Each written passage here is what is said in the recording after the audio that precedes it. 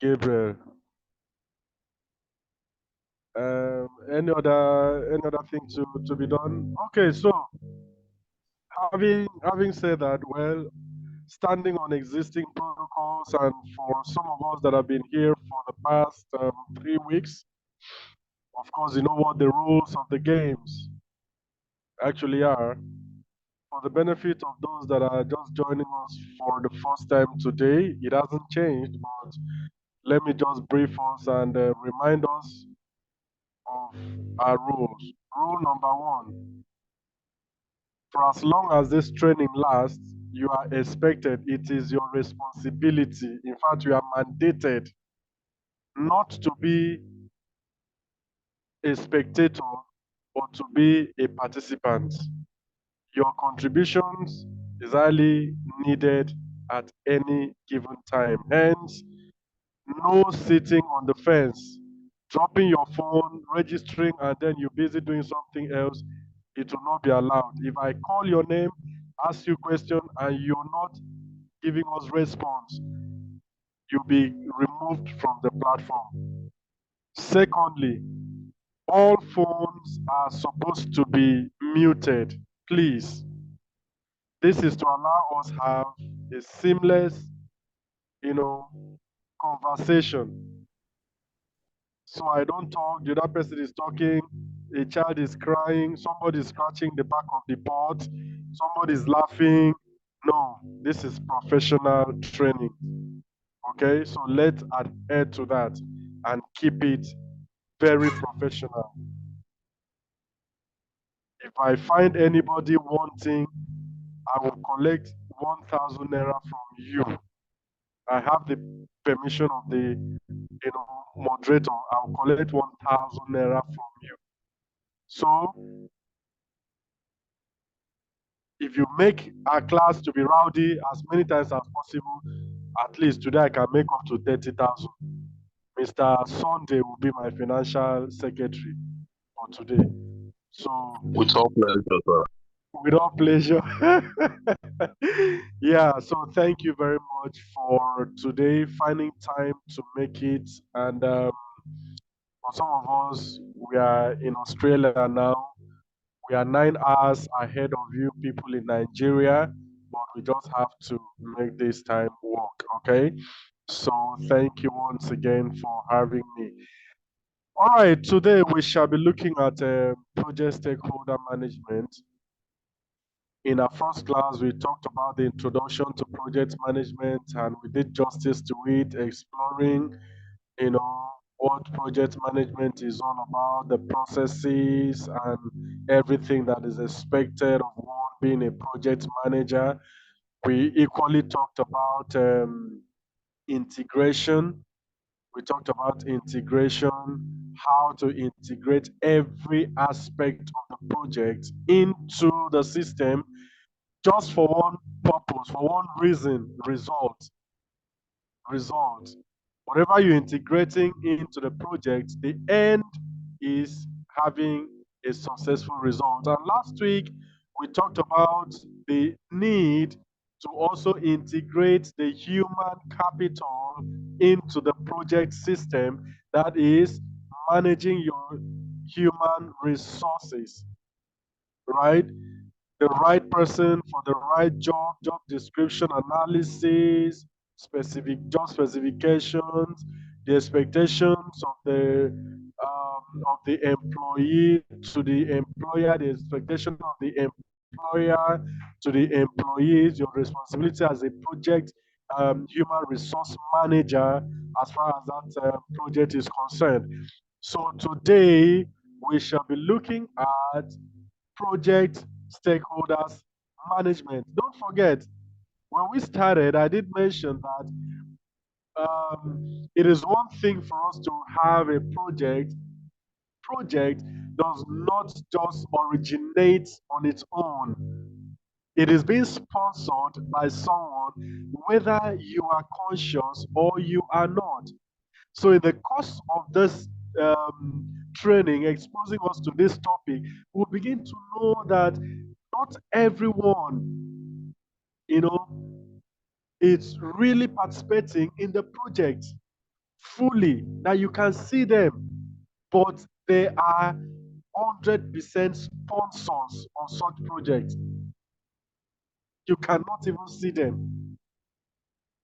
In some organizations, there are people that are fueling the growth, the stability, the sustainability of that company. But I can tell you, as much or as long as you work in that organization, for the past 20 years or 10 years, you may never come across such people. Seeing their faces, you may not have seen their faces, but they are the brain behind the sustainability of that company. The same thing applies to projects. So, talking about project stakeholder management, we are simply in this topic just trying to see how can we first and foremost identify our stakeholders. Who are our stakeholders? How can we manage them after identifying them? How can we control after managing or in the process of managing? How can we control? How can we monitor to ensure that as a project manager, I am not derailing from what I'm supposed to do? I am not shifting my attention from the people, from the sponsors, from the stakeholders that need my attention the most. I am not conflicting interest. I am not conflicting, um, um, concerns and what have you. That I put every person in the right way, in the right place that they belong. I identify what each of these stakeholders needs are. Mr. Sunday is my stakeholder. What is his needs? How can I identify the needs of Mr. Sunday and then try as much as possible to meet that need? Precious is my stakeholder. What are the things that Mr. Precious likes and what are the things that he dislikes? How can I ensure that as a project manager, there is no conflict between Mr. Sunday and Mr. Precious because of my inability to effectively manage these stakeholders? Miss Ruth is also my stakeholder. But will I say she's a lady? Do I really owe any explanation? Ladies, they too have wahala. Me, I like dealing with men. They are straightforward people. They think straight. But women, the way they think, I don't like it. Oh, I don't just want it. Do I have such perception about her because of her gender? Do I have such perception against about her, Miss Ruth, because of what I hear about women? This will expose us to how to effectively manage each stakeholder based on their different expectations, based on their different needs, based on their different perception or concerns, interest as far as the project is concerned. That's exactly what we are trying to expose ourselves to this morning. It's as simple as that. Without having a cordial relationship with your stakeholder, your project, the project you are managing, you can manage that project for 3 years, whereas the lifespan, the time frame for that project is just 1 year. Why? Because of emanating conflicts between diverse or different parties as a result of interest. And like we said, every stakeholder has got his own interest different from another person's, right?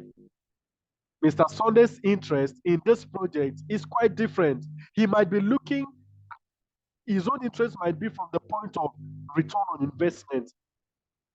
I don't care how this project is executed.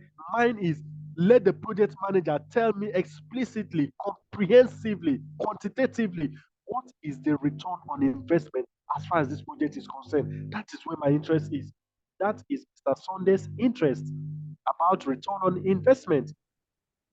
Mr. Precious' interest might be resale value. If this project is executed in the next 10 years, can we sell this project times two of what we have, made out of the project currently? Resell value. Miss Ruth's interest can be whether resell value, whether return on investment. Me, it's none of my own business. My own interest is finish the project, let's share the money. That is our interest. So while Mr. Mr. Sunday would be interested in ensuring that the project is done in a meticulous way so that quality is attained, quality is achieved. Ms. Ruth is, you people are wasting time, please. Just finish the project, let us share the money. That is her interest. So the more you elongate the project, the more bitter she is. The more you delay on the execution, the completion of the project, the more Miss Ruth is angry because you are wasting her time. She has already budgeted, and I'm getting about maybe 50 million from this project. Now, Mr. Sunday, because of his Mr. Quality, Mr. Quality, he wants quality, who quality help. I beg, let's finish and let's share the money. There will be conflicting issues. If it persists, she might even confront Mr. Sunday. What is your own self? Is it that the project manager doesn't know what to do?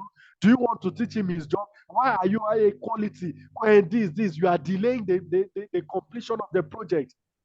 Issues will begin to do what? Come up. But as a project manager, how do you ensure that everybody's interest is well guarded? Everybody's interest is well protected. Everybody's interest is well represented. That Mr. Sunday is of quality doesn't mean that I should neglect Ms. Ruth, who is of what? The percentage, right? I need to understand, how do I manage this person that is only concerned in ensuring that the project is complete and then get our money, and that is it. Then how do I manage this one that is so keen, so meticulous, so enthusiastic about quality because he wants return on investment? How can you finish a project of 50 million naira? There is no quality, and then you want to put it up for sale for about 200 million. There is nobody that's going to get that. But when the quality is there, you can even put it up for 500 million and people will be rushing to do what? To procure. Why? Because they have seen the level of quality injected into the project. Miss Ruth is not seeing it that way.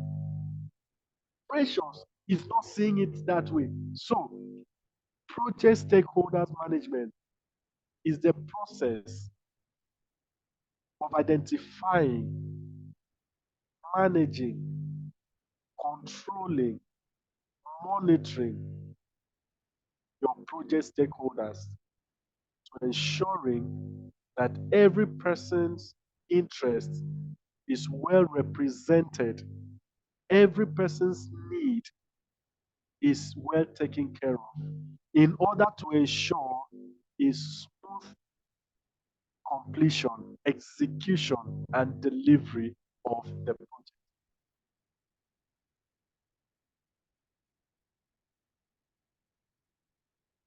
So, at the end of the session, you'll be able to list processes of project management and stakeholders management to perform stakeholders analysis and create stakeholder register, to create and identify the component stakeholder management plan, to make out how to manage and monitor stakeholder engagement.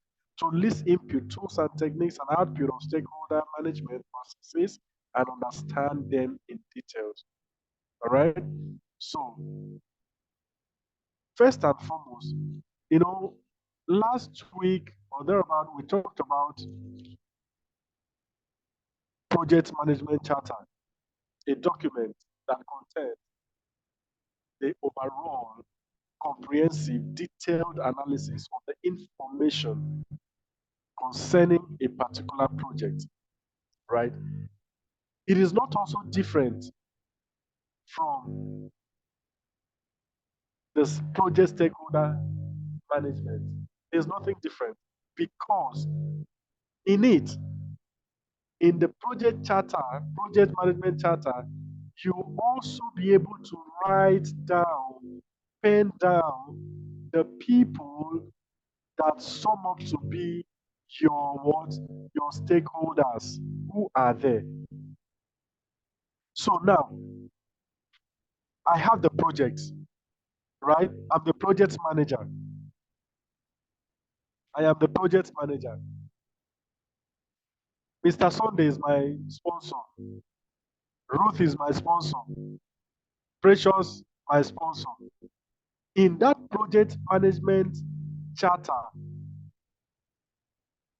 will contain information such as who is Mr. Sunday? Who is Mr. Sunday? What does Mr. Sunday want? What is his interest in the project? How can I effectively manage Mr. Sunday? How can I meet his needs?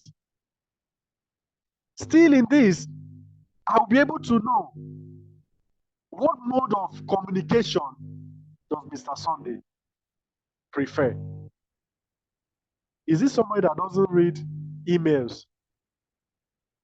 Is Mr. Sunday one that is not interested in comprehensive analysis of everything that on a daily basis? I want to report and write it in 10 pages.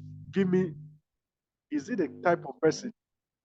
I need to know and it to be contained in the project charter.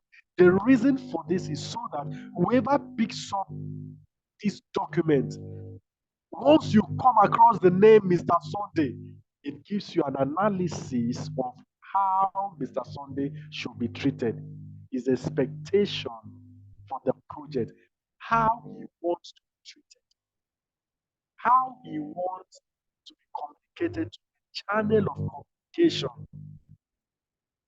most preferred by him, the time to be communicated to.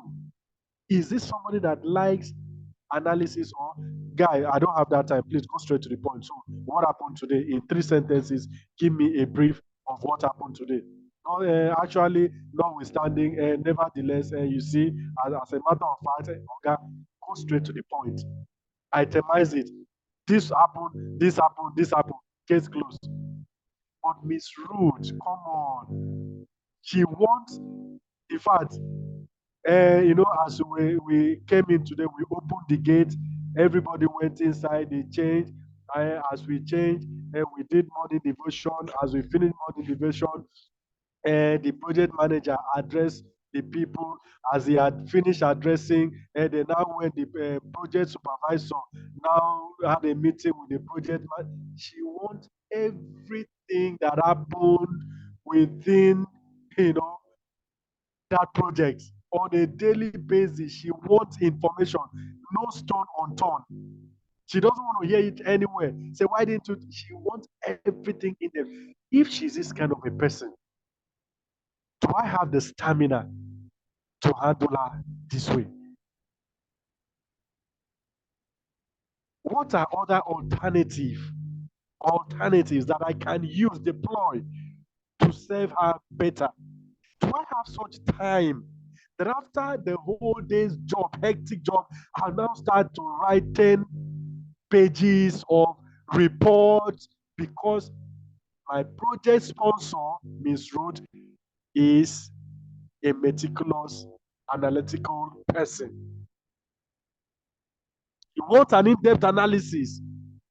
What is my responsibility as a project manager? My responsibility is to meet her need. Precious is not even concerned whether they did the work. Just tell me, how much did you spend today? And you see, we actually sent the driver out, and there was something we needed to procure, and out of oversight the other time. Oga, how much did you spend today? Leave all those things. Just go straight to the point. How much did you spend? And we spent 10,000 naira today. Okay, fine. What for? Okay, fine. End of discussion. With this, you can see that everybody has got one need to be what? To be met, to be attended to.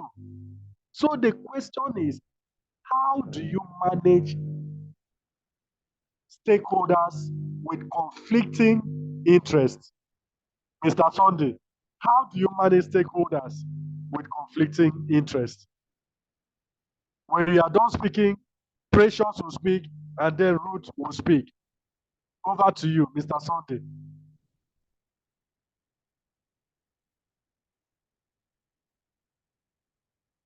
Is Mr. Sunday still around? Carrying them along and giving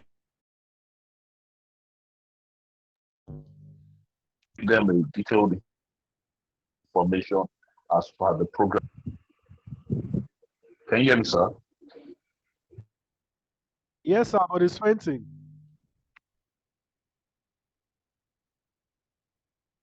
Please go ahead, go ahead.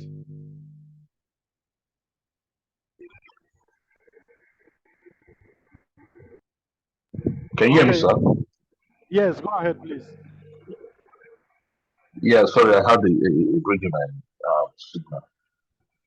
So I said you can manage.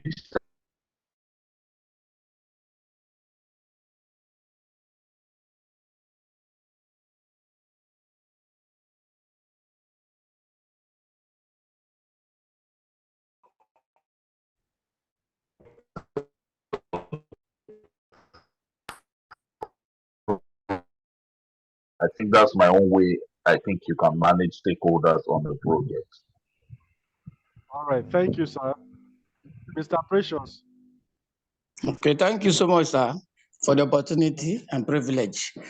As a project manager, for me, for you to avoid conflict or managing, one, you need to identify stakeholders. Two, you're supposed to conduct a purposeful stakeholders analysis. That is to know who needs short story, who need accurate, who need quality, and all of that, so that you can put them together. And as a project manager, you need to engage them, focus on engaging stakeholders, know what interests of this person, Mr. A, Mr. B, is all about. And again, establish a clear goal and expectation of the people. Try to let them know, oh, this. Then carry them along, involve stakeholder in decision making. Otherwise, there will be a conflict. Because if you talk to this one without the other one being aware, they will think there is a problem there. You people are going to gang up. The one that was expecting money say, you are because of the other guy. That's why this in the should have gotten my money. The other one that need qualities because I was not involved, shouldn't have been like this. So you should involve them in decision making and communicate effectively, consult them, each other to know what is their needs and their stakes or what they want in the project. I think for now, that is what I have. Thank you so much. All right, thank you very much for your insightful input. Miss Ruth, are you there? Yes, I am, sir. Good morning, Okay, sir. good morning. Okay.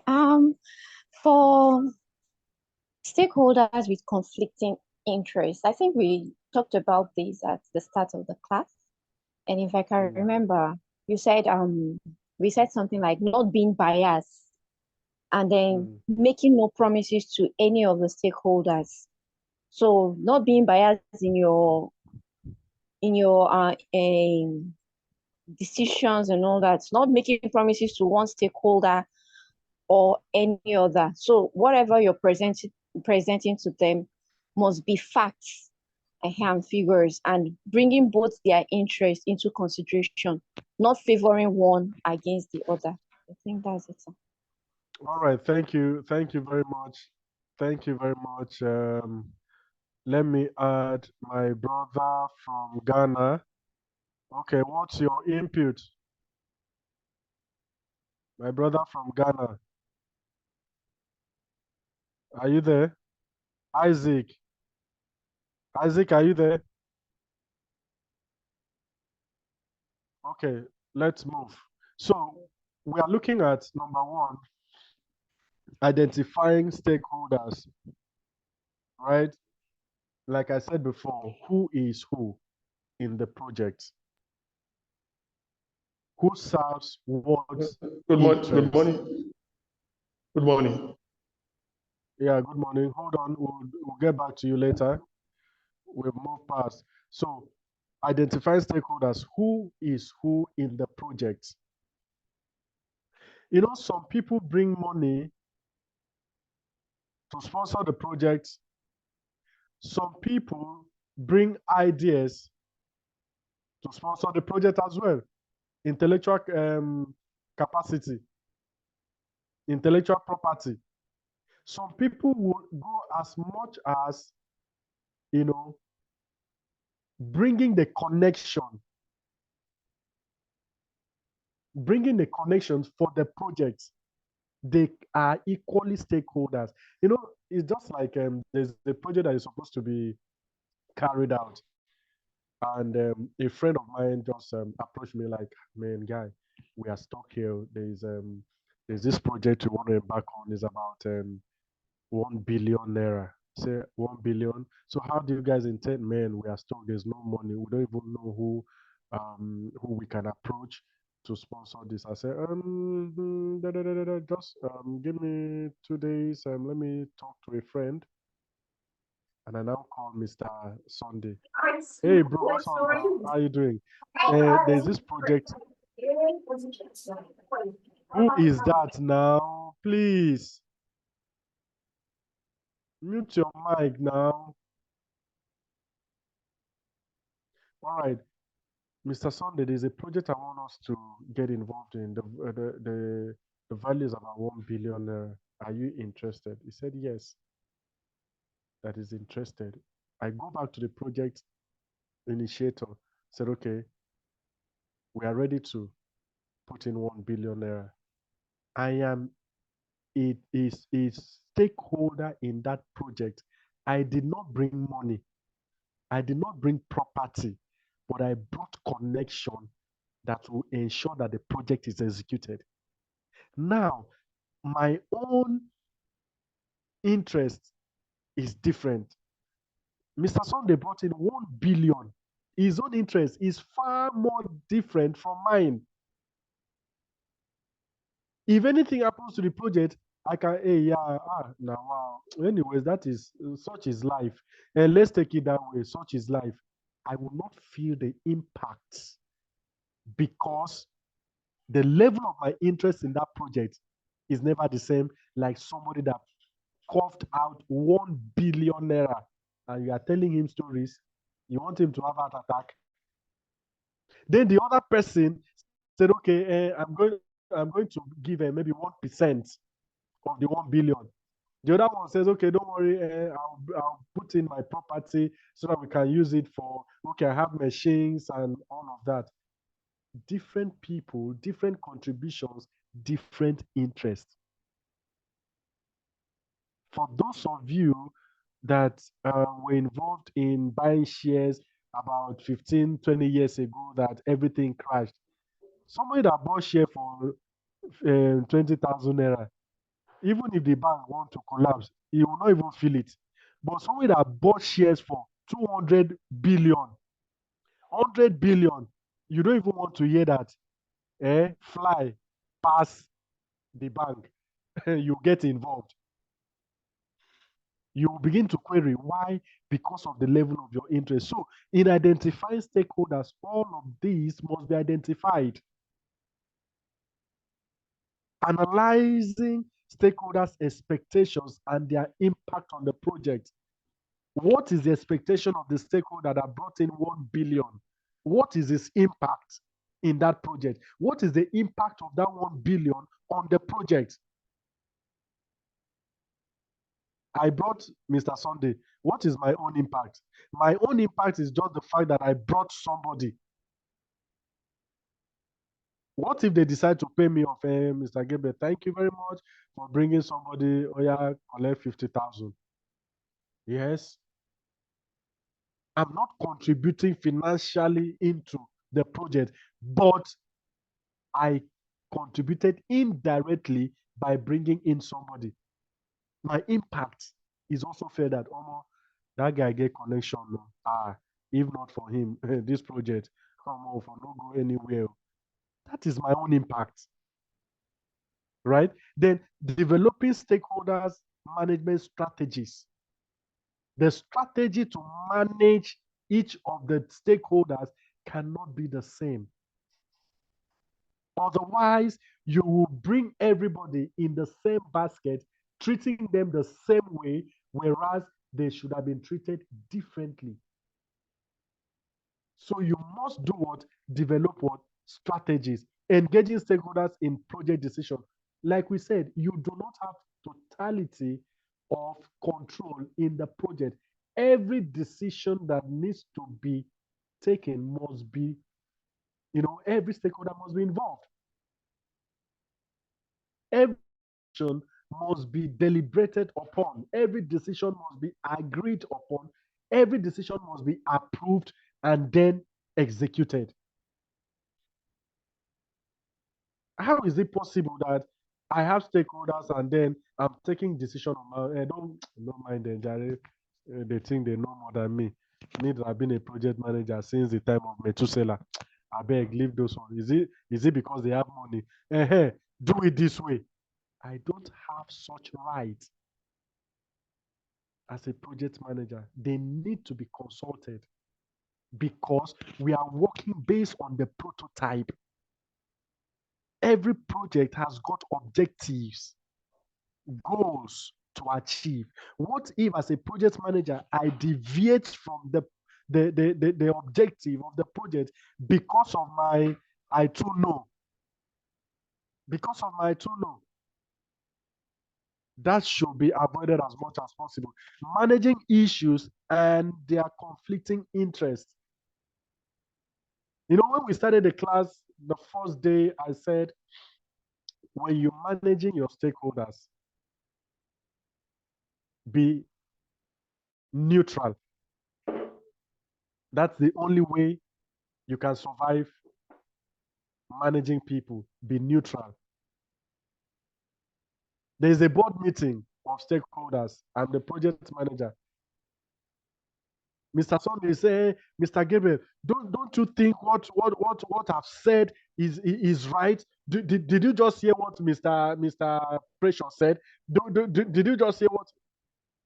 He's trying to buy me to his side for me to say, Mr. Precious, you were actually wrong. What you said was actually wrong. You see, Mr. Sunday is correct. He's right on this. If I dare say such a thing, I am trying to do what? Create enmity between myself and Mr. Precious. Oh, I can see that you are now standing with Mr. Sunday. Ms. Ruth will now like, I said it because they speak the same language. I said it, I knew it, that something is wrong somewhere. Are you sure that before you know it, something that ought to have been treated peacefully becomes a mountain? Be as neutral as possible. Do not support anybody. Most importantly, do not speak against anybody to another person. If you want to survive as a project manager, Mr. Sunday, see, it's not that I'm reporting Mr. Precious to you. I just like you. The way you operate, you are very down to earth stakeholder. I just like you. The way you speak, you are not proud. You're not like Mr. Precious. He will just be talking as if. Hey, the other day was even saying that the way you do in this project, that he doesn't like it. That one day you might see his other side. But me, I don't know which other side is talking about, but I just think I should. What are you trying to do? You are bringing war between Ukraine and Russia indirectly. Avoid it as much as possible. Avoid it as much as possible. Otherwise, Mr. Precious will wait for Mr. Sunday. Mr. Sunday will now be waiting for Mr. Precious. And when the fight will start, the project will be suspended. Everybody's interest will be affected negatively. Why? Because of my inability to manage these people. Even if Mr. Sunday is right, I cannot tell him to his face that, sir, you are right. Even if Mr. Sunday is wrong, I can't tell him that, sir, you are wrong. What I will do is to find a soft landing.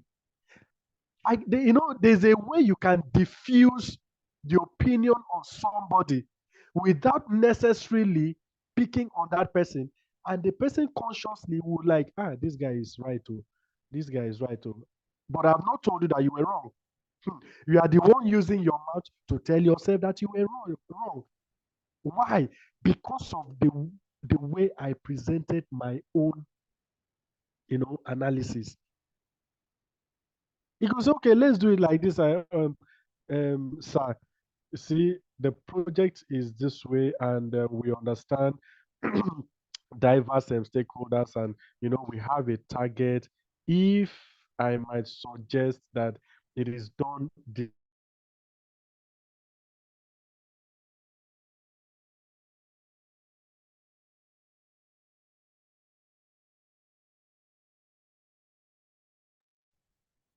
way. Now, if we do it this way, sir, in my own opinion,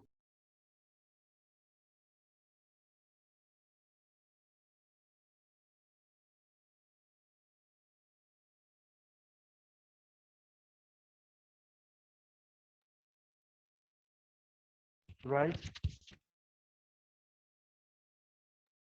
Please, audio, please.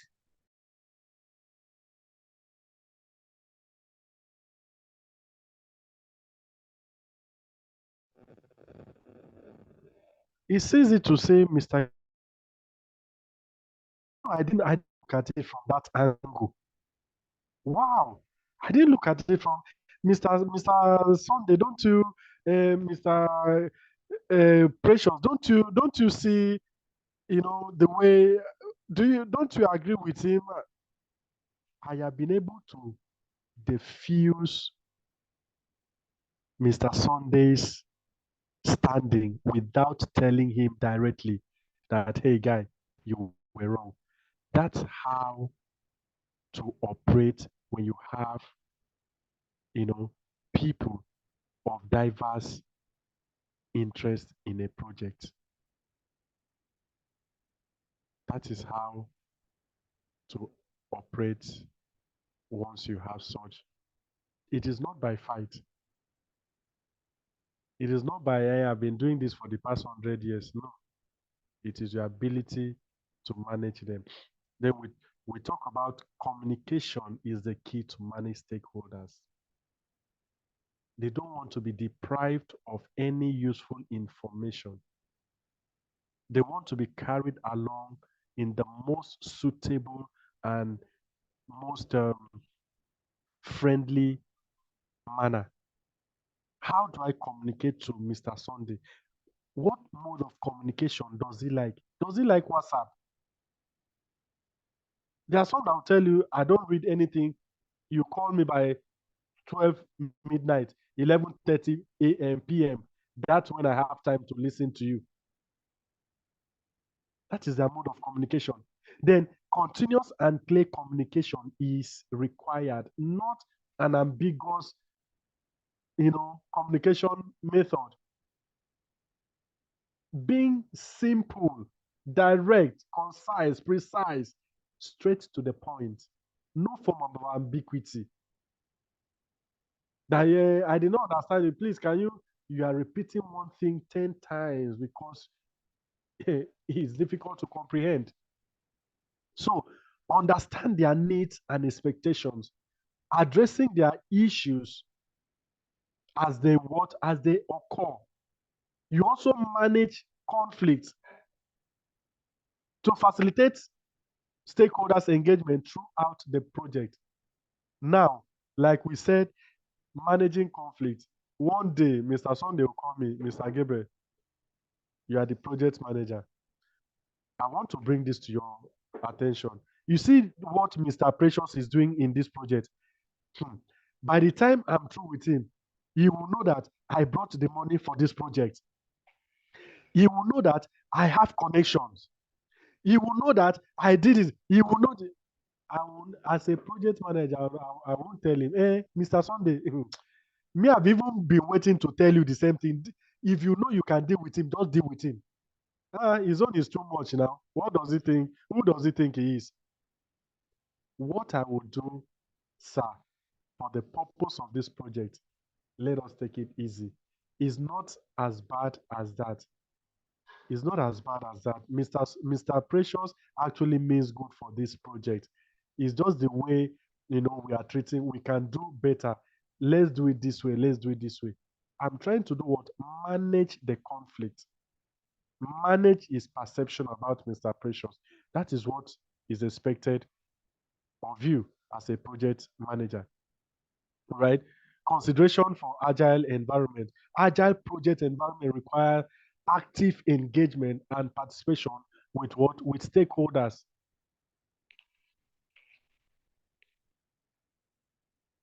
Right? Adaptive teams engage with stakeholders directly rather than going layers of management. I need to deal with you directly, inform you directly, engage you directly. No, Ms. Ruth, please go and meet Mr. Sunday. Me, I just don't like his face. Go and talk to him. Tell him that this is what we did today. You, Mr. Isaac, go and meet Mr. Precious. Just tell him everything that happened today. I don't want any issues with anybody. I'm not interested in. That's exactly how this thing works. Do not engage them indirectly, but rather directly. Promote aggressive transparency with stakeholders. There is no backyard behind the scene operations. Everything should be done transparently. Everything should be done what? Transparently. What I'm able to say in your presence, I should be able to say to another person. The figure I'm giving to Mr. Sunday, I should be bold enough to give that quantitative analysis to Mr. Precious without mincing words, without being afraid. Why? Because I am transparent in my operations. I am giving Mr. Sunday, the project is 500 million. Mr. Sunday, don't see, there is one supplier that came. I bargained with her. You can't imagine. We were able to save 500,000 naira. Don't tell anybody. It's just between me and you. You know I like you. I just don't want anybody to get involved. At the end of the day, Mr. Precious discovered that there was a bargain with the supplier, and we were able to save 500,000. Project manager, where is the 500,000? You see, Mr. Precious, actually, you see, it's not that I didn't want to tell you. You see, as a matter of fact, something just happened. You see, but Mr. Sunday is aware. Mr. Precious is not. Miss Ruth is not. What am I trying to portray as a project manager? For them not to believe me anytime I utter a word. I'm creating vacuum for disbelief. The honesty, the trust they once had on me has been removed completely. Why? Because I'm not transparent between or with the stakeholders. Transparency is the key. Whatever dealings that is done should be communicated across board. Across board. The reason is you don't know who is who. That supplier can just be a friend to Mr. Sunday, and I don't know. And I'm going to Mr. Sunday, you see that supplier. In fact, he overquoted the price, and we even bargained, he did not agree. Whereas the supplier had told Mr. Sunday everything that transpired. How do I look in his presence? I look like a fool because he has the information. So transparency is very important. You know, we say the stakeholder management processes includes identify stakeholders, plan stakeholder management, manage stakeholder manage engagement, and then monitor stakeholder engagement. These are the processes that is involved in what stakeholder management processes. I've been able to identify them. I have planned extensively, strategically on how I'm going to manage them. The way Mr. Sunday, he doesn't take a no for an answer. How do I manage him? He's very aggressive. If you talk 1 now, you talk 10. How do I manage him? He's hot-tempered. Anyway, but how do I manage him? Being hot-tempered, how do I manage? This one is, Mr. Precious is, walking like a snail. He doesn't like issues. He doesn't want any confrontation. But if you push him to the wall, he can react. Do I take his simplicity for granted, that he doesn't like to talk? He's a very easygoing person. Should I take that for granted and begin to treat him the way I should not? That is what planning how to manage the stakeholder. Like we said, well, we'll still get there. We'll begin to know the different types of stakeholders in a particular project. The internal stakeholders, the external stakeholders. Who are the people that are part of the internal stakeholders, and who are the people part of the external stakeholders? What are their interests differently? What are their interests in the project? Some interests are one-off. Some interest is perpetual. How do I manage that? Then manage stakeholders' engagement, monitoring them as well. And so first and foremost, identifying stakeholders. I have to initiate a plan.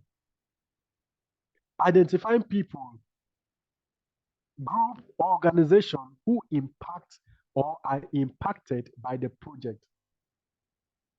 Don't forget, we said before that every stakeholder is being impacted by the project negatively or positively. There's no stakeholder that is neutral. No stakeholder that is what? Neutral. You are neither here nor here. It is either the project, the completion, the execution of the project affect you negatively, or it affects you positively. It depends on what? On your interest. Okay? Who is a stakeholder? We've defined that before. People, group of people that will impact or be impacted by a decision, activity, or outcome of the project. We cited an example the other time in a community where boys are terrorizing people. You can't walk past by 7 p.m. Your bag, your valuables will be taken off you. Suddenly, there's a project to build a police station in that locality. You have diverse stakeholders. The residents are stakeholders. Even the area boys are stakeholders, right, in that project.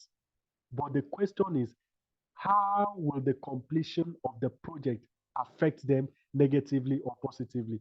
When the project is completed, that is a functional police station in that environment, the the residents, the community people are happy. It means that the project has affected them positively. But for the hoodlums, it's going to affect them negatively because they have closed business for them. They have what?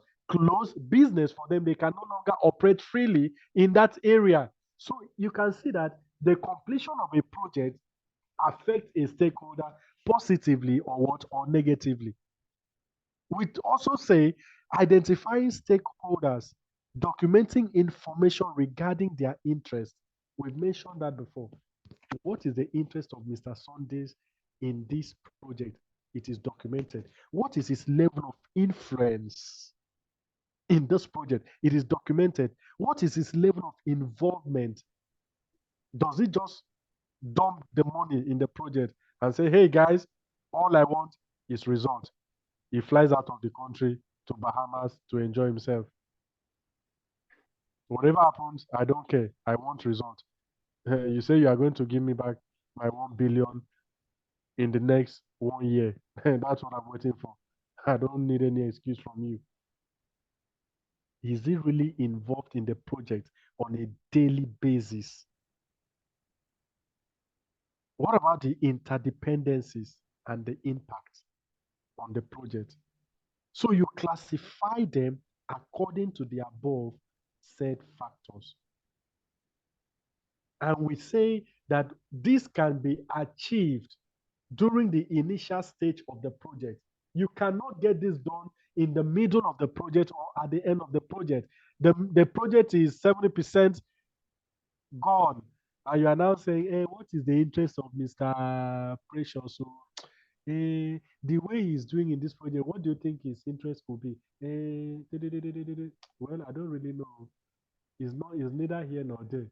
It's just somewhere. I don't really know. It cannot be. It is done at the beginning, at the initial stage of the project. That is where you can have everybody's interest well documented for future reference. Okay? So we said that stakeholders could be internal or external, positive or negative, performing or advising, occasional or full time. I can be a stakeholder in a project on a full-time basis. I can also be on a part-time as a consultant. Do I need to be there? No, but I'm part of the system. I could function as a performing or advising. My role is to advise when you are stuck, when you run out of ideas, come to me. I am your think tank. When you come, you get solution. I'm on the advisory level. We think we should do it this way. I say, okay, hey, hold on. Let me put on my thinking cap. XYZ. Pa, pa, pa, pa, pa. No, do it this way. Do it this way. This is the most, acceptable pattern. Do it this way. I'm advising you. I'm a stakeholder as well. You talk about the internal, the external, the government are external, the suppliers are external, the potential customers are external. These are external stakeholders. What about the internal? You have your managers, your project team, your consultants.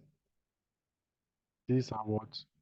So, talking about identifying stakeholders, we talk about the input, the tools and techniques, and then the output. In every phase of the project, we talk about the input, we talk about the tools and the techniques. Now that you are talking about stakeholders management, what are the tools that you want to use in order to achieve these results? Do you achieve the results just like that? No. So we talk about data analysis. Data analysis is a tool. Maybe I've stumbled on lessons learned about a previous project that Mr. Sunday sponsored. And I'm going through the documents and I'm seeing, number one, is a no-nonsense stakeholder. Number two, you give him what he wants on time. Number three, he doesn't like reading emails. He prefers calls. Number four, he lives in Wuse, Abuja. He has 5 children. He's working in social place. Is this is his title. I have first-hand information about Mr. Sunday without even meeting him in person first. That gives me an insight to whom Mr. Sunday it gives me an insight to whom Mr. Sunday is. Then we talk about stakeholder analysis, document analysis, yeah, expert judgment. Hey, guy, come. I learned you were part of the project execution, 2 years ago. He said, yes. Do you know one man that they call Mr. Sunday? Say, yes, I know him. Please, I know you are an expert in this. This man, I learned, is coming again as the sponsor of this. How best do you think I can, you know, I can deal with him, dealing with him not in a negative way. I cannot deal with him. As tall as Mr. Sunday is, I cannot deal with him, not in a negative way. How what best way do you think I can, work with him that there will not be conflict?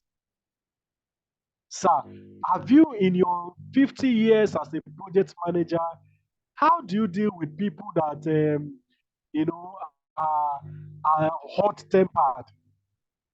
I'm trying to do what? Get information from experts. That's why we call it expert judgment. Miss Ruth, I hear that you are a counselor. You are a therapist. You are okay. There's this sponsor that is giving me headache. If it is not this project, who is it to talk to me like that? If we enter street, I'll show him who I am. But Miss Ruth, how do you think I can deal or I can work with him so that there will be peace? I'm seeking what? Expert judgment. Because these are people over time that have dealt with or that have worked with different categories of stakeholders, the good, the bad, the ugly. So they've experienced everything that anybody can ever think of. He's the best person to advise me on how to work with them. He's the best person. Then gathering data. I'm gathering information from any way possible just to ensure that I have the facts, I have my ready-made information as onto how to work with. Then data representation. In the course of 3 years, had there been any fallout between the stakeholders and the project manager? Yes. On 3 occasions, the project manager handling a particular project was sacked and a new project manager was brought in. Wow, what could have happened? Why did this happen? What could have been responsible? Could it be because the project manager was not able to manage the stakeholders effectively? Could it be that the project manager cited one person, hence there was conflict and it was thrown out? Who is the project stakeholder that kicked out this project manager? Such a project stakeholder could have been very powerful. His influence, his impact on the project would have been very powerful. What did he do? That is what I need to understand. In this company, If you do anyhow as a project manager, in fact, your sack letter is in their pocket, like in those years when Roman Abramovich of Chelsea, the owner of Chelsea back then, was still the owner. As you are performing as a coach, your sack letter is in his back pocket. You get any result that he doesn't want, as you are coming out from the field like this, you are collecting your letter straight. They have typed it down already. Am I working with such a company? How do I scale through? That is what gathering your words, data representation. You have for 3 years the number of people. Then you talk about meetings. One of the best ways to identify your stakeholders is through meetings. You know, there's a way somebody speaks with you on phone. Oh, angelic voice. Hey, I just like the way he speaks. Oh, I'm falling in love with it. Hi, I want him in my team. Have a meeting one-on-one. Look into his eyes or her eyes, and then you will know that you will not want to have that person in your team. So, meetings is very important. When you speak, I know your ideology. When you speak, I know the level of your intellectual capacity. When you speak, I know if you're a man of integrity or not. When you speak, I know what you stand for. When I look into your eyes, you look into my eyes, then we can then know who we are dealing with. So meetings is very important. So these are some of the tools and techniques that you can deploy in order to do what? Identify your stakeholders. What is the output? What is the output? When you get all of these techniques, you are deploying these techniques, the next thing is to go back to your stakeholders register. You begin to fill the stakeholders register. Why? Because you use the techniques and the tools to gather information. Now that you've gathered the information, you are now translating or transporting the information into the stakeholders register. It becomes what? Permanent. It becomes what? A useful information to work with for the duration of the project. Then project management update. Project management update. Now that the register is open, there is possibility that when we started the project, part of the information given to me was the fact that Mr. Sunday is living in Wuse. In the course of the project, he has moved from Wuse to Maitama. What do I need to do? I need to update the project stakeholder register.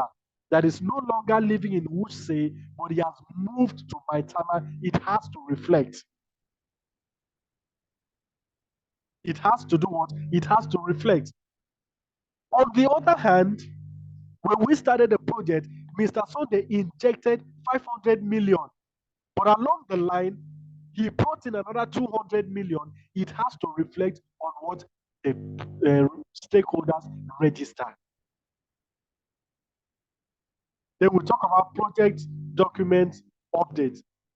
This is the document that at every point in time, you are doing what? Updating. Updating. Ms. Ruth said she's no longer interested in 5%, that she wants 10%. It has been agreed by the stakeholders. It is now done what? Updated. She says she's not doing the project again, sir. She's leaving. It is what? Updated. The interest has reduced. It is what? Updated. The interest has increased. Impact has increased. It is what? Updated. So the project document update is very important, because this update will not only be used during the project, but it will be used after the project, when we are giving a summary of the entire project. Everything will be captured. Everything will be captured. Then we talk about change request. The output, the change request. Like I said before, Ms. Ruth is saying, I need a change. I don't want 5% anymore. My eyes are now open. I can see how profitable this project is. I don't want 5% again. I'm looking for 15. The man may say, no, we cannot give you 15. Let's make it 7. Say me. Do you know who I am? Do you know my involvement in this project? The last I can collect is 13. We drag it back and forth, back and forth. And we said, okay, you know what? For these students, we give 10%. That is a change request. She had requested for an increase. The increase is brought before the stakeholders. Having been brought before the stakeholders, we deliberate on it. We do what? Agree on it. We approve of it, and it becomes what? A working document. So the change is not just call the project manager for me.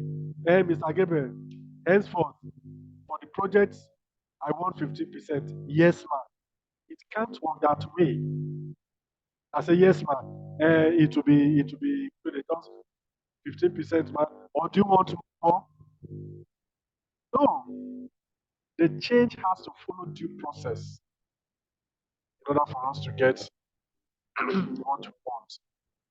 Okay, so we talk about the input, develop project charter, yeah, plan, procurement management, enterprise organization, project charter, higher level of stakeholders, lower level, procurement document, parties involved in the contract, the business document, agreement, enterprise, environmental factors, organizational process, assets, all of these.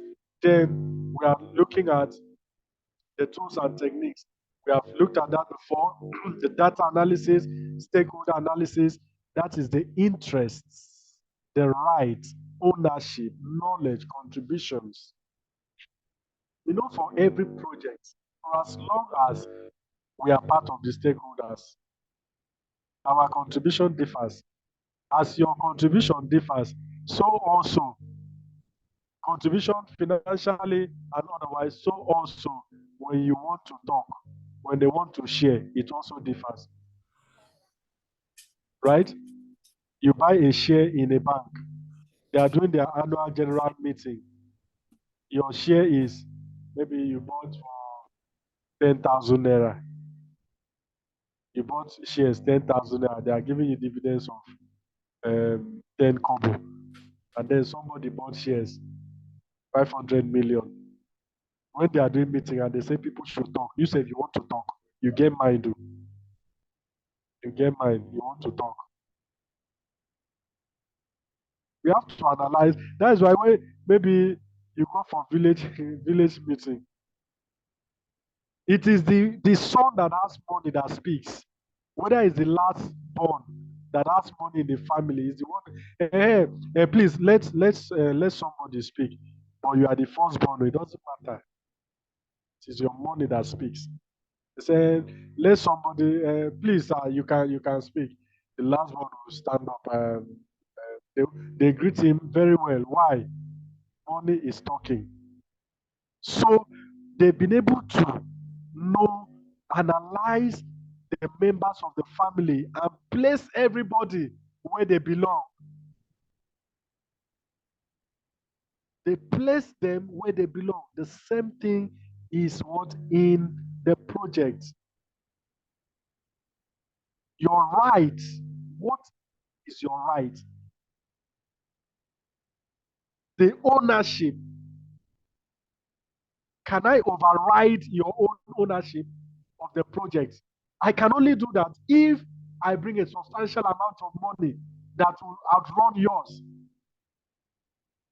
Imagine I'm just 10,000 naira stakeholder, and then you have about 1 billion. How am I going to outrun you?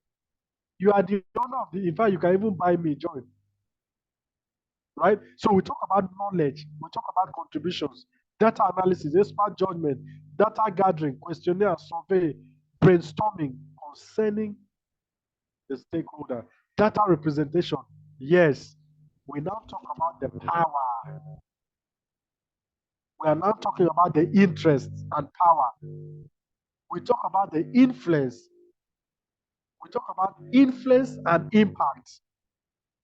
We talk about the greed, salience model, direction of influence, prioritization. We will look into this in depth, and then you know how each person affects the project. Following are the factors included in the stakeholder analysis.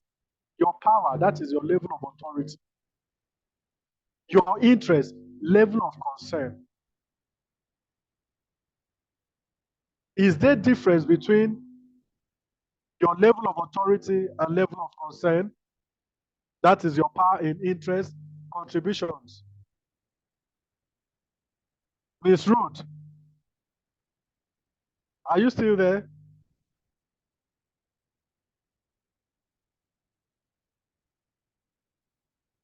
Hello, Miss Ruth, are you still there?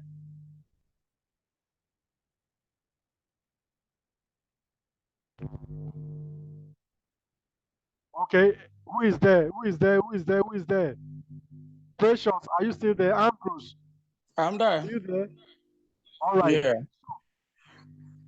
So I'm asking, we're talking about, I said, level of authority.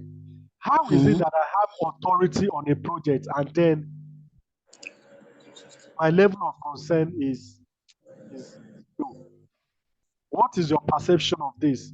Your power, interest, that is level of authority, and then level of concern. What is your take?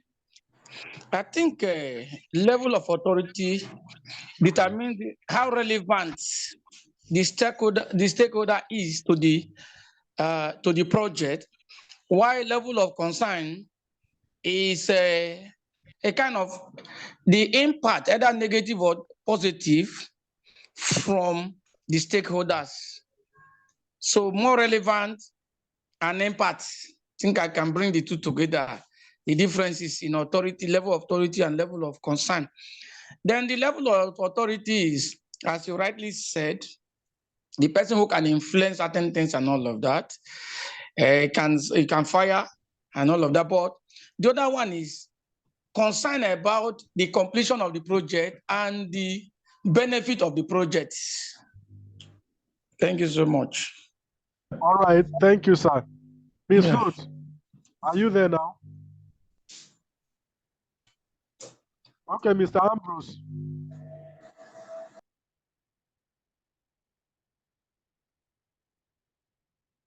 Mr. Ambrose, are you there? Mr. Sunday, you want to contribute to that? Yeah, to me, I want to contribute to my own little understanding. I believe level of authority on the project simply means the person who has, for example, the largest share of the project, who has the right side and to take some certain decisions on how, for example, the profit sharing, who to hire, who should come on board the project. That's my own understanding about the level of authority. Okay. And then the concern. No idea about the level of concern. Okay. Any other, Miss Ruth?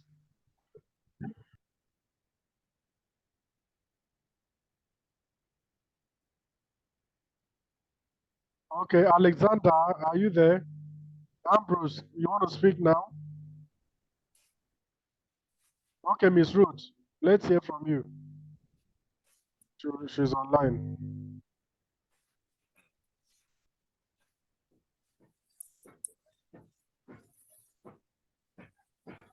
Ruth, we can't hear you. We can't hear you. Your mic is on, but we can't hear you.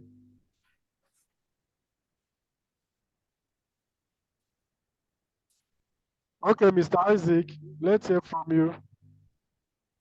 Please say the level of authority, does it come from the project manager?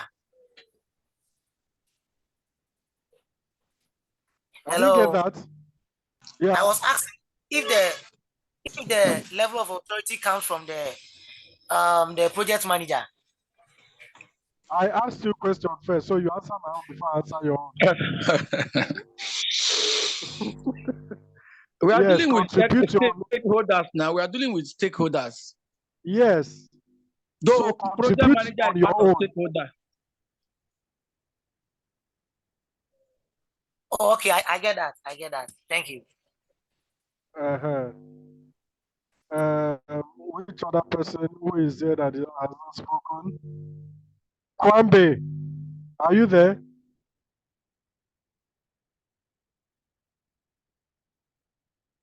Orivo, I haven't heard your voice today. Thompson, Anaka, you haven't spoken today. Victor, I hope you are not a local observer. Raymond, you haven't spoken today. Okay, so we are looking at power, that is your level of authority. For every project, there are stakeholders with certain levels of authority on that project, right? Your authority to, for example, like somebody mentioned, as a project manager, you have certain authorities that is given to you, meaning that there are certain documents that you can sign without having to go through the stakeholders. There are certain decisions that you can take without having to meet the stakeholders for meeting or whatever, because that has been given to you as a project manager. So for the stakeholders, there are people also that have significant authority over a project that they can do and quote, do and undo. Like somebody will say, I am here to hire and to fire. Because of what? The level of authority that they have injected into that project. It can be because of the level of money. It can be because of the level of, the finance they put into the project that has given them the authority. They say, you know what, this project is entirely yours. Anything you want to do, you are free to. They have such authority. And then we talk about the interest, the level of concern. There are people that do not have significant finance on the project, but they have a level of concern for the project. They are interested in the project. They can do anything to ensure that the project sees the light of day. It may not necessarily be finance. Like we said, it's not all about finance. Every other thing can be injected into. We started and I said, I don't have money, but do you know what my connection did? It is because of my connection that this project even started in the first place. What if I didn't bring the connection? So you can see that I have interest in the project, and that also brings about my level of concern, because having introduced Mr. Sunday to inject 1 billion naira, it is me that Mr. Sunday knows. He only decided to give that 1 billion because of my relationship with him. He did not know Mr. Precious from anywhere or Ruth from anywhere. Even if Ruth had given him proposal for the project, he may have turned it down. But because of my relationship with him, without questioning, he was able to bring out the 1 billion. Now, my interest in that project is to ensure that, hey, I don't want for my hand, though, I beg. I'll be calling the project manager, please. Whatever you know you can do, please. This sponsor, trust me, that's the reason he brought out. Please, whatever you can do to ensure that this project is successful, is actualized, please do it. That is what my interest in the project. And it gives me to concern because peradventure anything happen. Mr. Sunday will call me, Mr. Gabriel, you see what you have done now? I knew from the start that I don't have my interest at heart. You knew that this project was not going to survive, and you made me to bring down my money. Mr. Gabriel, so my interest produces concern in the project. Mr. Sunday, are we clear on this?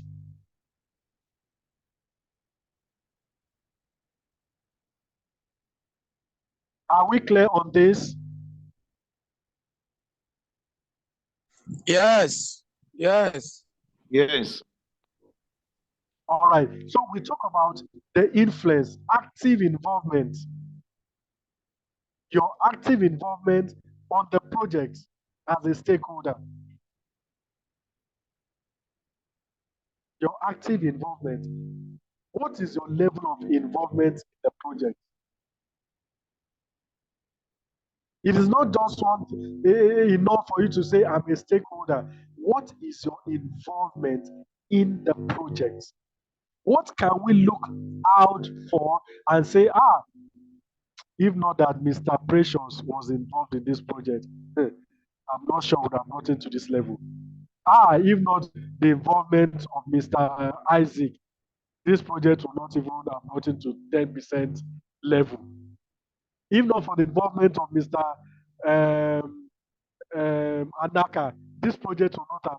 What is your level of involvement? Your level of involvement also speak about your level of interest on the project. It also talk about your level of authority. There are people that will say, my level of involvement, what it concern me. If the project work, you work. If you don't work, now today, I beg. I don't may nobody stress me. I don't want to get myself. I don't want headache at all. I don't want headache. Let nobody stress me. Everybody just stay on your own. Shebi is a project. We'll do what we can do and we'll execute it. You will see that the level of concern is not the same as somebody that is Who actively invested? involved. Yeah. Yes, who invested in the project. His own is a nonchalant attitude. If the project fail, are we the first person that will handle a project and it failed? No, now. So life goes on. That is their language. But somebody that invested will not even think negatively.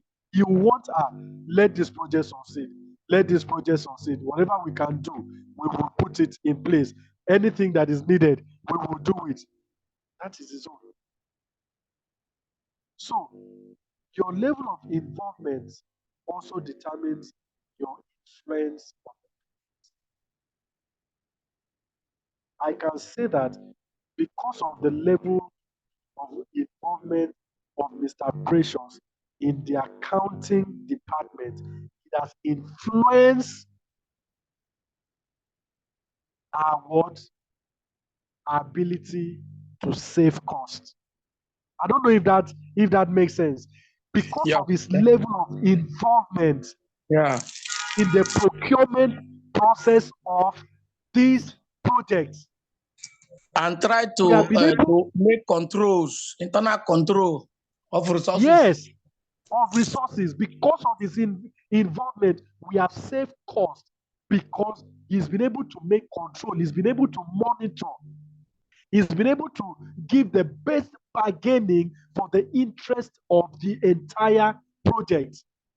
So we can say of a truth that, wow, Mr. Precious is actively involved. Don't you see how much we were able to save? Meaning that he influenced a particular level, a particular point in the course of the project. That is what we are talking about.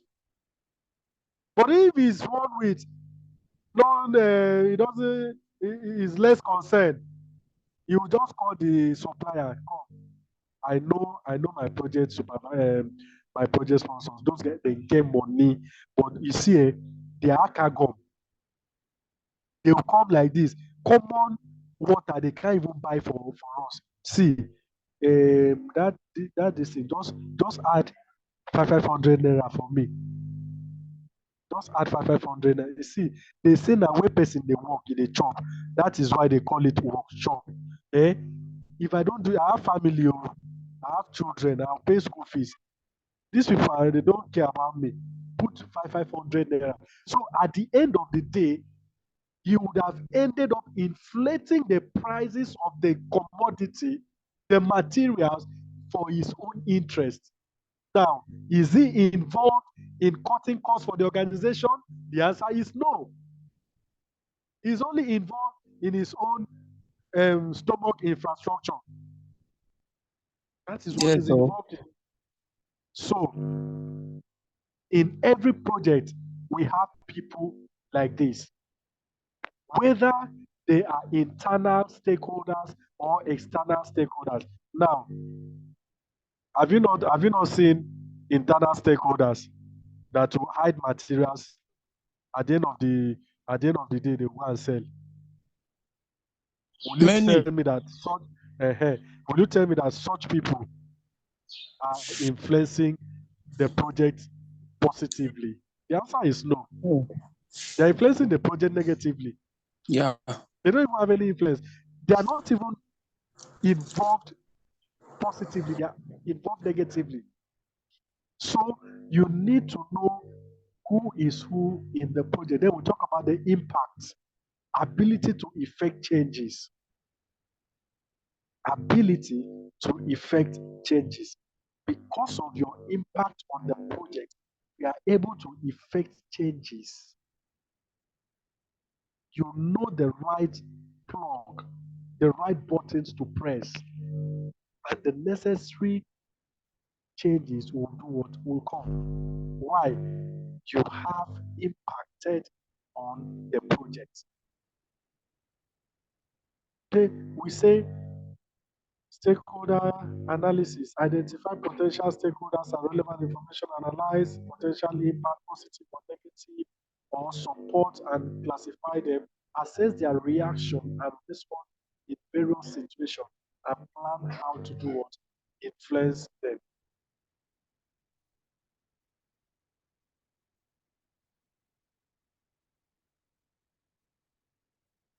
Okay?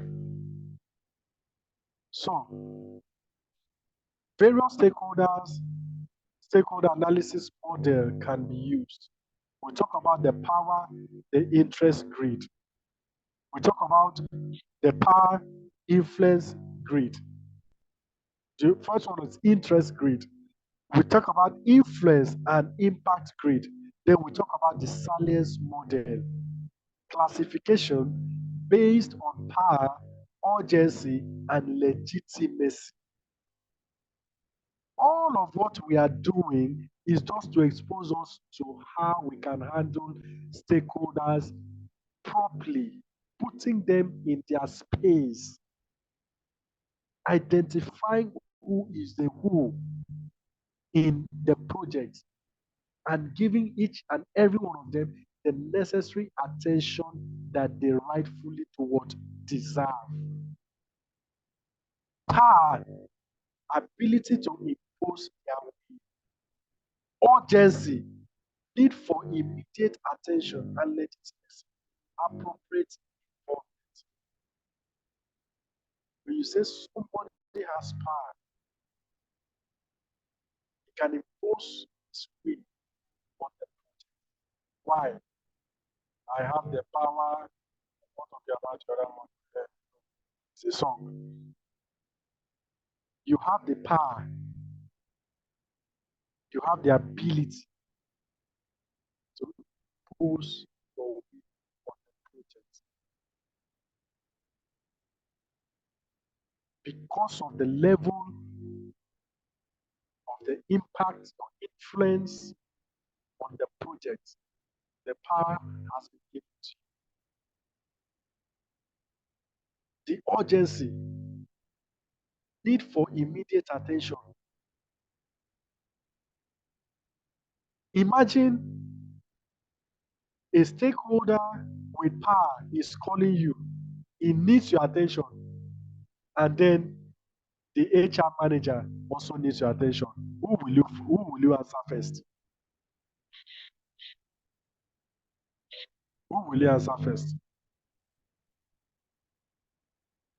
You answer the power, person with influence and power, because they can determine your either staying or out.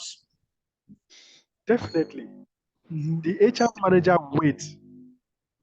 Let me go and answer the person with power that has the Yes. ability to impose his will.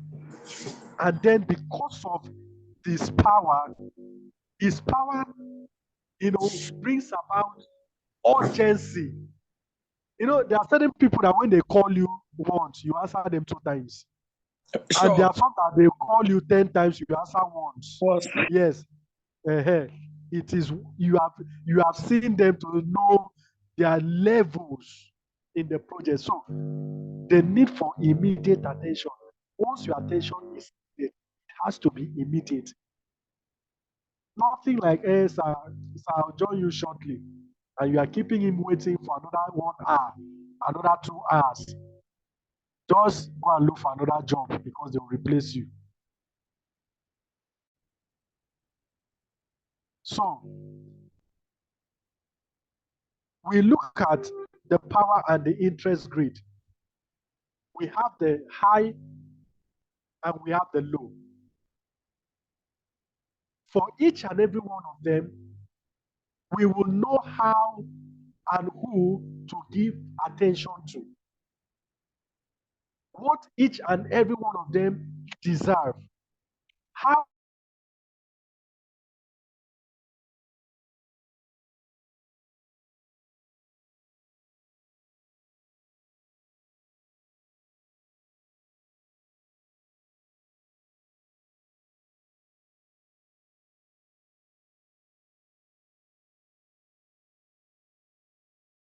I'm not the one that made you project manager. Maybe you are a professional project manager. You have to do what? Satisfy them. Keep them satisfied. That is for the high. Talking about the people with power. At every point in time, your responsibility is to keep them satisfied. They need information. Do not wait for them to ask you 2 times. You know when to give them the analysis, the report for the day, if they want it on a daily basis, or every fortnight, or monthly, or quarterly. However, you have structured it, you have strategized it, and it has been agreed on, you must keep them satisfied. Right? You also do what? On the other part, you do what? On the low, you monitor. You do what? You monitor. There are some of them that you keep them just informed. You keep some of them informed. It's one thing to keep you informed. Is another thing to keep you satisfied. I may keep you informed, but then not keeping you satisfied. I can manage you closely. I can manage you closely as a stakeholder, but I cannot satisfy you, because the reason for satisfaction is this. We talk about stakeholders, different stakeholders, internal, external, right? Yes. There are certain information that a certain stakeholder cannot be privy to. And there are certain information that you cannot withhold from a certain stakeholder. That is where keeping them satisfied, managing them closely, monitoring them and keeping them informed come to play. For a worker who is also a stakeholder internally, I may not disclose to you all the information concerning the project. I may not. You are my staff. You are a project team member. I may not go in as far as telling you the return on investment on that project. I may not even go as far as revealing to you who the stakeholders for this project are, what their interests, and how much each of this person, of this stakeholder, have put on ground. I may not tell you. You are in the project team, no doubt about that. You are part of the project, no doubt about that. But there are certain information that I cannot disclose to you. I don't know if I'm making sense. Yeah, sure. Yes. Imagine if I'm telling all the project team members, you see, um, Mr. Mr. Sunday is worth about 500 billion US dollars. He lives in Maitama. He has 3 children. The children are going to school in different schools.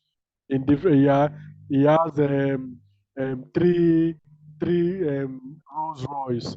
He has 2 drivers. Yeah, what am I trying to do? I'm exposing Mr. Sunday. His security is no longer guaranteed because amongst the staff, amongst the team members, I don't know who is who. I don't know who has connection with the people in the Northeast that will say, guy, I hear say one guy, the guy na millionaire, I beg, let me visit him. So the project team members are not open to all information concerning a project stakeholder. That is why we are saying there are people that you keep satisfied. There are people that you just keep informing them. We are making just 60%, we are just 70%. Everything is going on fine. There's no casualty. We have not recorded any accident. We are just keeping them informed. They are not going into the nitty-gritty of what the project. There are some that you just monitor, like we said, just monitor all the operations. And we are doing this, and we are doing this. And okay, you do this, and do this. Okay, so as a project manager, for as long as we say that information should be disclosed to project team members, there are certain information concerning a project stakeholder that cannot be released. It should stay within the confine of only the people suitable to have access to the information.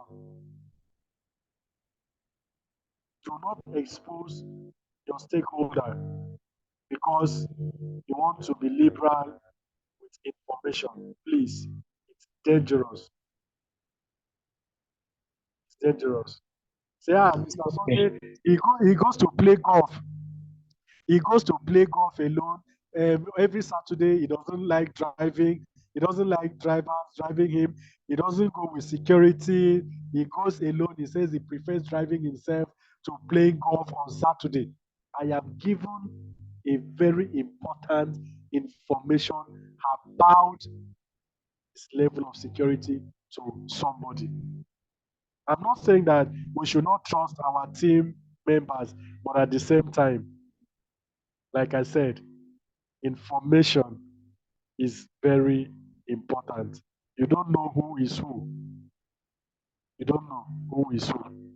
Please. Then we look at the salience model talking about the power, legitimacy, and urgency. So we look at 7 models. We have the dormant, we have the weak, the demanding, the dominant, the dangerous, dependent, and then the ultimate stakeholder. Now look at this. We have the pictures here shows 1, 2, 3, 4, 5, 6, and 7. Number 1 is dominant. Number 2 is weak. With the picture, you will see that it reflects each person's level, right? Each person's level is reflected here. Somebody that is weak, a stakeholder that is weak in the course of the project, what possible impact, influence can he hazard in the project? Zero. There is little that he can achieve. Because 1, you are weak mentally, you are weak financially, you are weak psychologically, you are all around weak. But there's how, as long as you are weak, there's also how we can treat you. We will get there. We talk about the one that is dominant. We have stakeholders like that. They want to dominate every aspect of the project. Every aspect of the project, they want to dominate. You want to see them in the procurement. You want to see them in the in sales. You want to see them in the accounting, in the HR. They just want to ensure that they dominate every aspect of the project. How do we deal with them? You talk about the dormant. They are just there. They are just there. They are stakeholders. You'll never see them in meetings. They will never reply to their mails. You call them, they will not answer you. But they are what? Stakeholders. The dangerous ones. The dangerous stakeholders. That if you do not give them information when they want, they will just keep quiet, pretend as if nothing has happened. Before you say Jack, they will strike. They are very dangerous. Whatever information they need, you must try as much as possible to give to them. Don't play with them. Don't joke with them.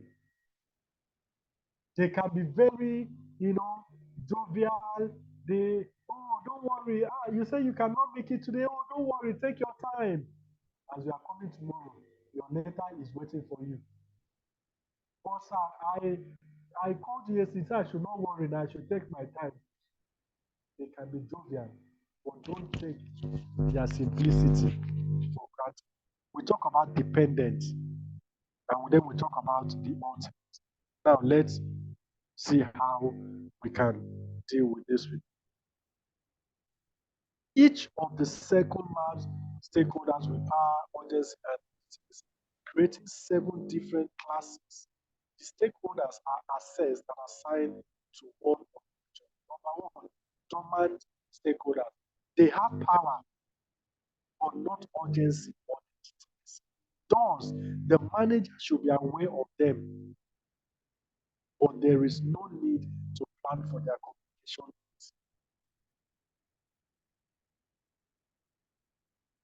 Manager should be aware of them, but there is no need to plan for their communication. For example, the security that is in the facility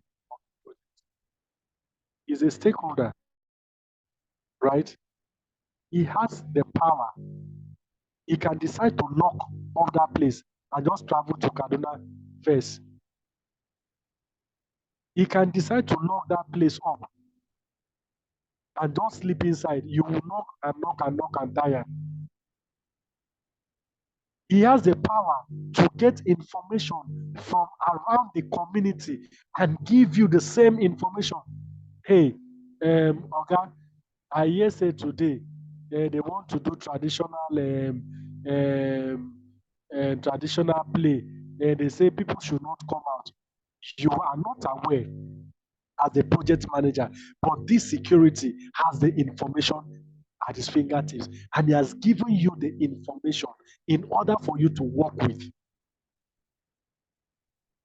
Okay, they should not bring this quantity of product into the facility, and let us do it this way because this place is not too safe. And the other time I hear for 3 houses they can't steal, people breaking, they stole.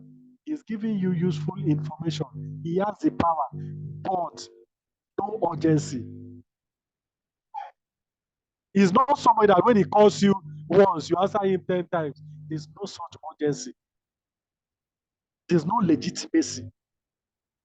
So, what you do is to be aware as a manager, be aware of this security, that he has the power, he has the information that you may not be privy to because of your running up and down. You are not on the street. He is in the street. He hears and understands the street language, the street codes. What do we do? Be aware of them. But there is no need for you to plan communication needs. That you say in your project charter, and this is how we are going to be attending, communicating with our security. This is how we are going to do this. Sometimes there are more sophisticated security personnel with security apparatus, tools to work with, very sound, educated, knowledgeable, exposed. But at the same time, there is no, not too much legitimacy. They don't own the project. They do not own the project. That is where legitimacy comes. They do not own the project. So these are what dormant. Then the weak, they are legitimate but have no power or urgency.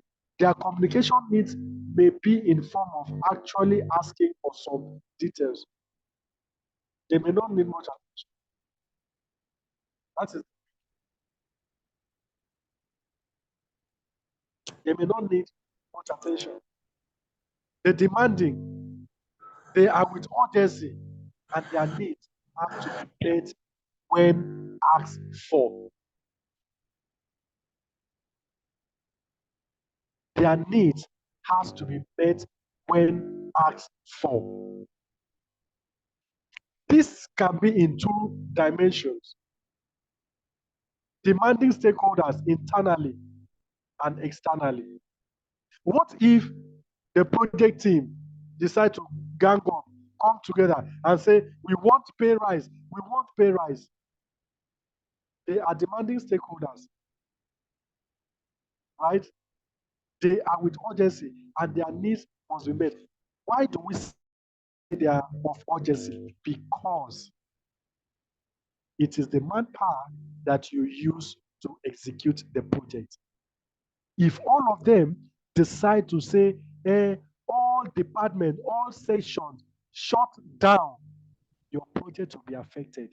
So you need to give them that element of urgency, that when they gather, don't go and do hide and seek. Attend to them, hear them out, address what should be addressed immediately so that they can go back to work. The completion of the project lies in their hands. You can have all the structures, you can have all the mappings, you can have all the drawings, but if the drawings are not interpreted, translated by these people, it only remains on paper. So they are what? Demanding stakeholders.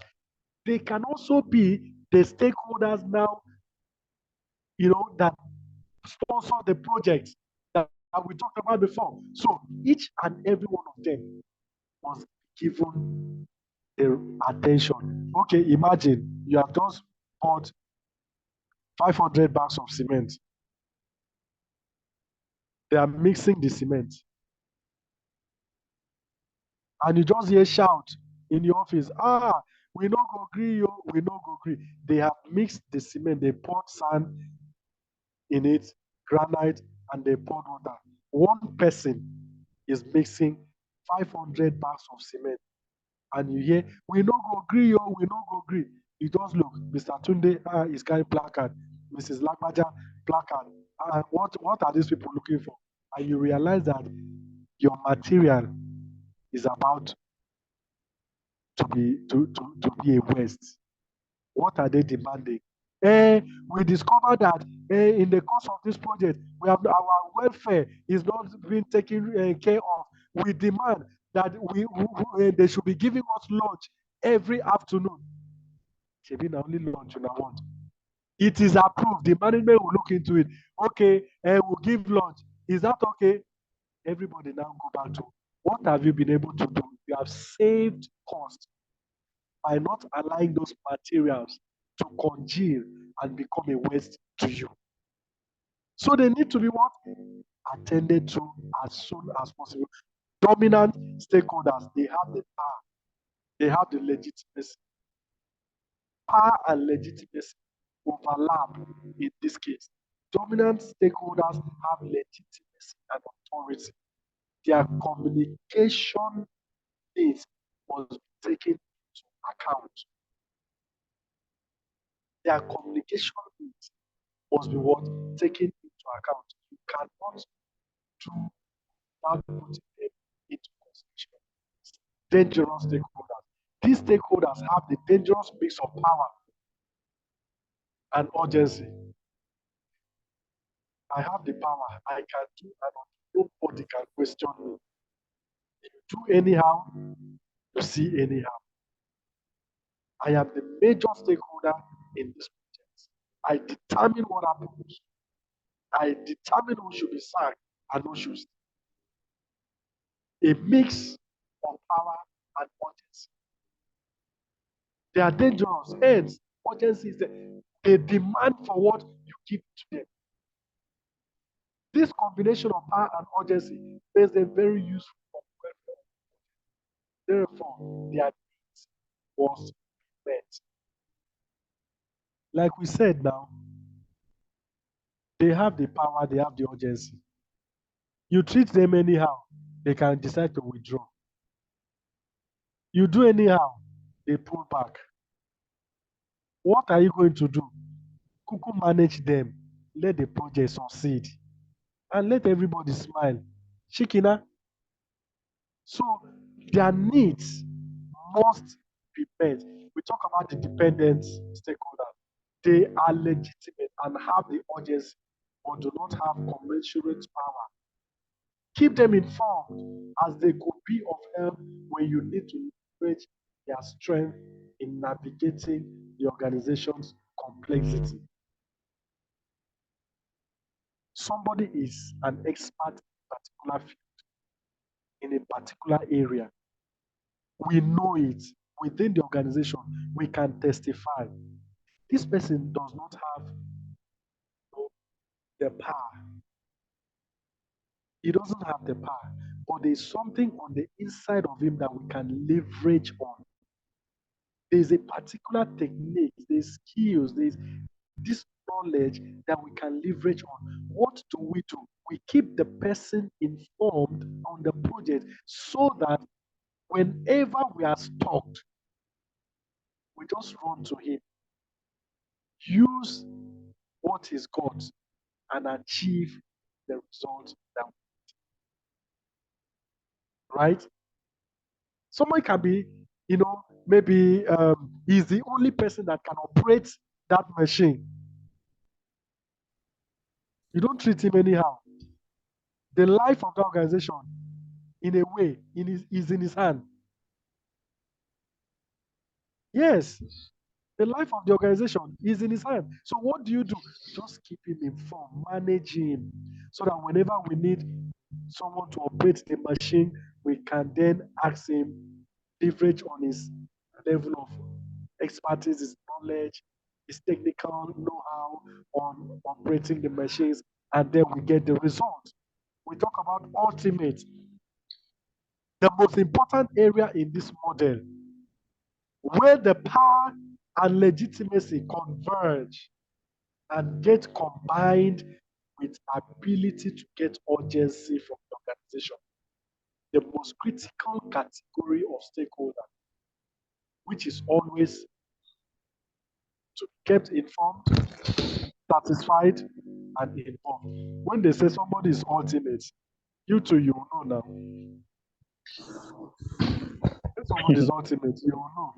Yeah. Without explaining, you will know. Enjoy.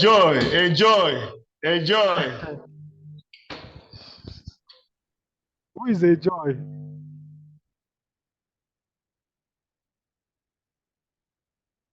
Is the ultimate stakeholder. Everything about the project depends on him.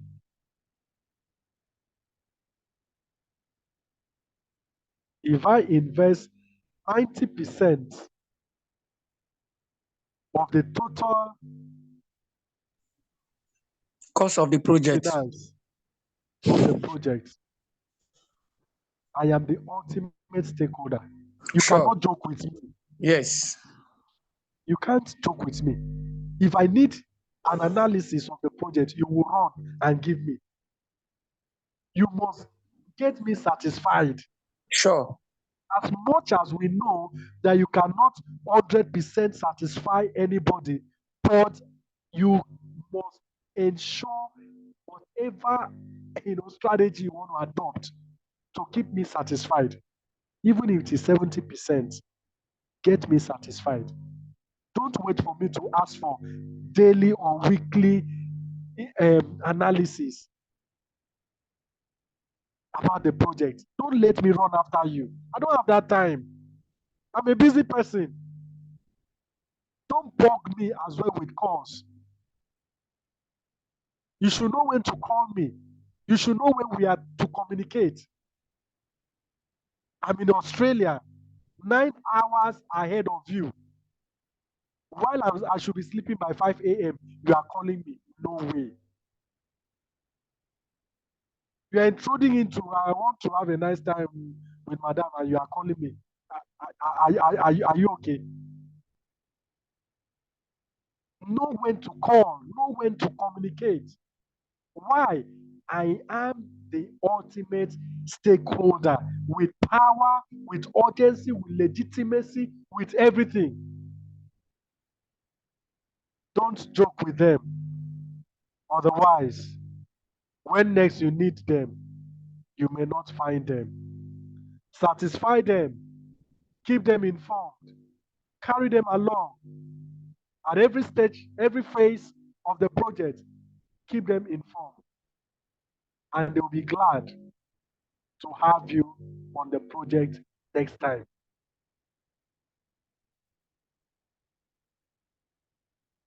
Any questions so far? Any contributions? Well, I think thanks so much for your well-analyzed lecture. I think I got so many things richly from the lecture. An issue of the matter of urgency, power, and legitimacy. I think I got something very important and potent. Thanks so much. Thank you, sir. Thank you, sir. Okay. I'm going to just a little bit of diversion to the meeting chat. Okay, Mr. Ojo is not around today. He's a bit down, so he's trying to take care of himself. Mr. Andrew, I think I've answered your question. Thank you. So we're talking about stakeholder register. Like I mentioned before, identification of information, the name, the position, role, and what contact information. Assessment information, the requirement expectation, influence in project phase, stakeholder classification, internal, external, positive. We have talked about this. We have mentioned this. Yeah. Yeah, so we talk about planning stakeholders, plan stakeholder management. We say that you need to develop stakeholder management strategy to effectively engage them. And we said, as a manager, that there's a difference between strategic manager and a manager. I can be a manager and then I'm not a strategic manager. But every strategic manager is what is a manager. One is of short term, the second is just an operational manager, right? You are just on the, I want things done. Okay, we have done this, we have achieved this. You are talking about the for the moment, whereas the strategic manager is talking about the future. His idea, his concept is about the future, right? This project is taking, okay, for example, the is it coastal road? I mean, is it coastal rail or coastal Yes, road? Coastal Road from Lagos to Okay, Calabar. yeah, this is a humongous project that I heard will last for 8 years to complete. That is all things being equal. 8 years to complete. A manager will only be thinking how to manage the resources at his disposal for maybe two months, 3 months, 5 months, 6 months. But the strategic manager is now thinking about 8 years in the course of the project. The project life cycle is 8 years. How do I strategize that I keep my stakeholders? Do you know what it means to keep a stakeholder informed for 8 years? Not be 8 months. It's not 8 weeks. Yes, so No, just pause and think. How will I be able to, if, for example, I am constantly informing Mr. Sunday on this project for 8 years? That is a huge tax for 8 years. He wants to know the level that we have gotten to, maybe on a monthly basis. And as a project manager, I do this for 8 years. I need to draw up a strategy on how I will effectively get him informed for these 8 years without getting tired, without giving up along the way. That is what we are talking about. Developing stakeholder management strategies to effectively engage them. 8 years for a single project with about whether it's something trillion naira or 600 something trillion naira. If you are the project manager, you will even resign because the work is more than you. You will resign. You will resign. Say, I agreed to be a project manager, but it is not this kind of project that I want to. So they must be what strategies. You will also see that every project, like we said before, there is no one project that is the same. There is no stakeholder of a particular project that is the same in the next project.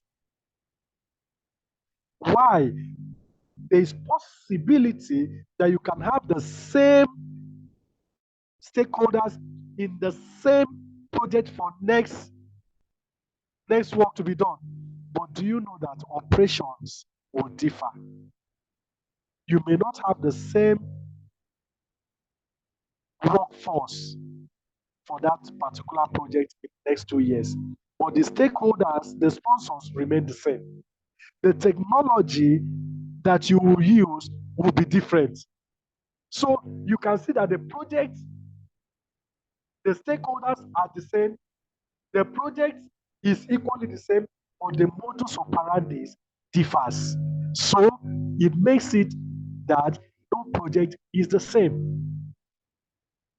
Now, you are able to handle stakeholders for a project that is maybe 6 months. Can you handle a stakeholders for a project that is 5 years? The same stakeholders, there will be a time that you get tired of them. The way this Mr. Ojo is just doing things, God, the way Mr. Sunday is just talking, he thinks this work is easy. I don't blame him, it's because I'm looking for work. You get tired. You get tired. If you have the dominant stakeholder, you get tired. The nagging stakeholder, get tired. But adopting a strategy will help you surmount any obstacle. Stakeholder analysis results are the basis for the process.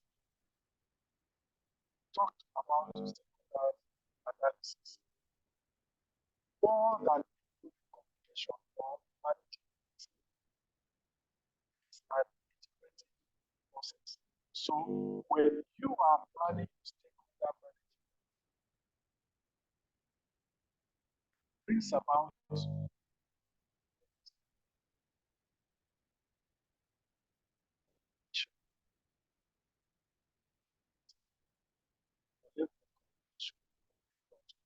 of communication.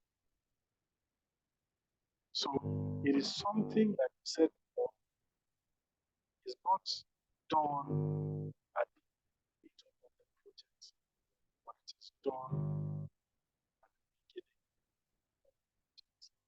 That is where you can get on answers, right? So we talk about the input again, talk about the project management plan, enterprise environmental factor, additional data,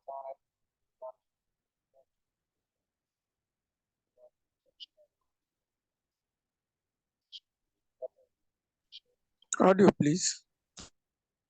okay, so we talk about data analysis, assumption and constraint analysis, decision making, data representation, and then we talk about meetings. So these are the techniques that you can use in order to get, okay, so here the project charter is also there, the project management plan, project document, agreement, enterprise environmental factors, organizational process assets, all of this is included in your document.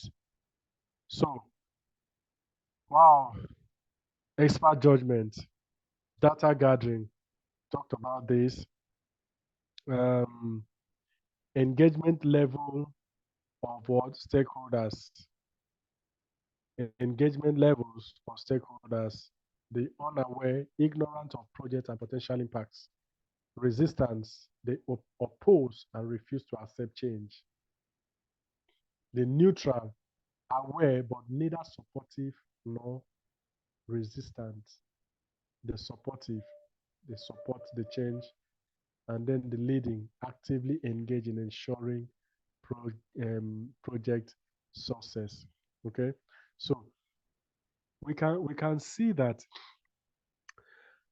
apart from having a project, one of the most difficult things is stakeholders management. From all that we have mentioned so far, we've discussed so far, you agree that if stakeholders are not carefully, efficiently managed,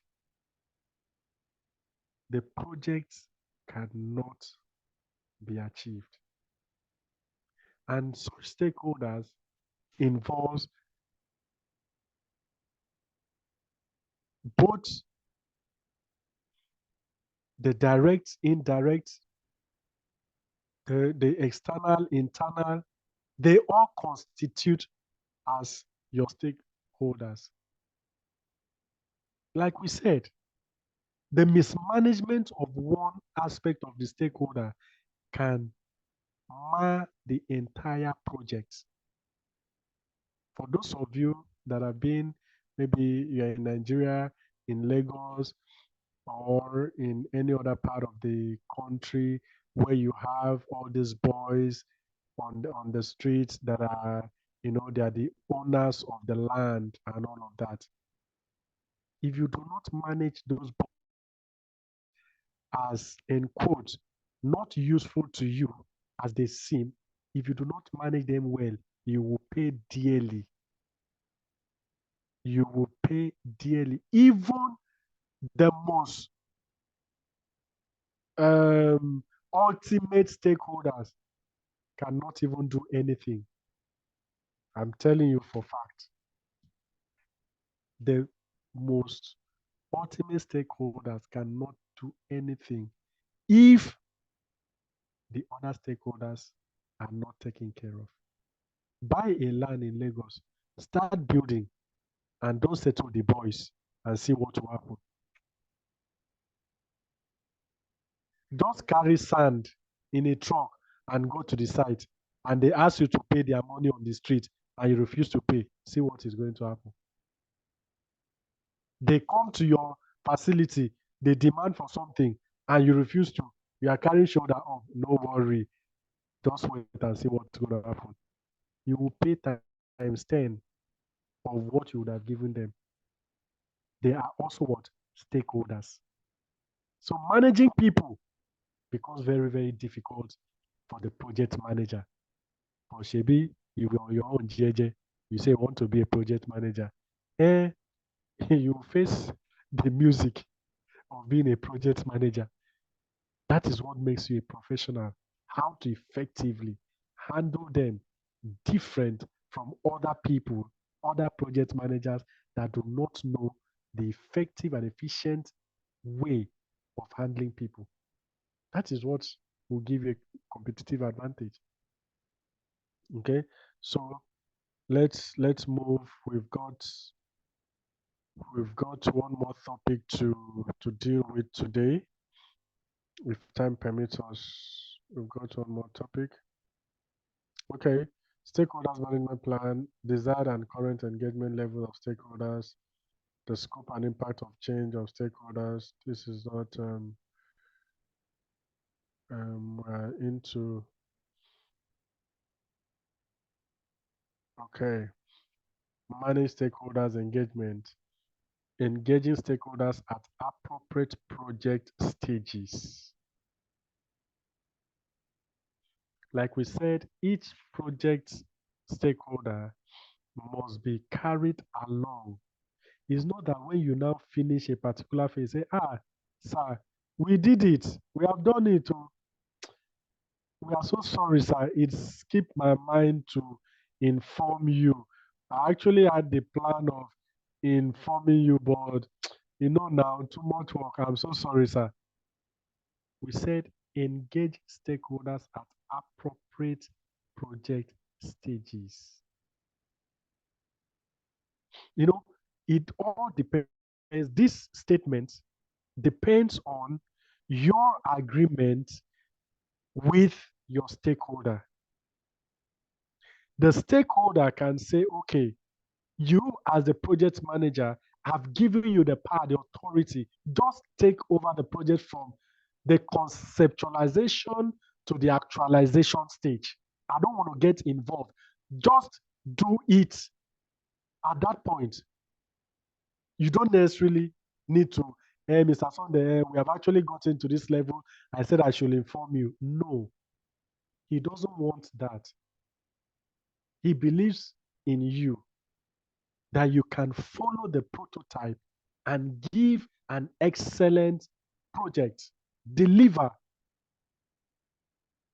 But for the one that seeks, the one that wants to be carried along at every stage, you need to do what? Abide. Managing their expectations. What are their expectations? What do they expect? Mr. Sunday is expecting quality delivery. Quality. Nothing but quality. Miss Ruth is just waiting for the project to complete. Let her just collect her money. That vacation, she just want to go. And she learns that the yacht is about getting filled. She has to pay that money. How do I manage? The other one is talking about return on investment. That is his expectation. How do I manage? Addressing potential concerns. What are your fears?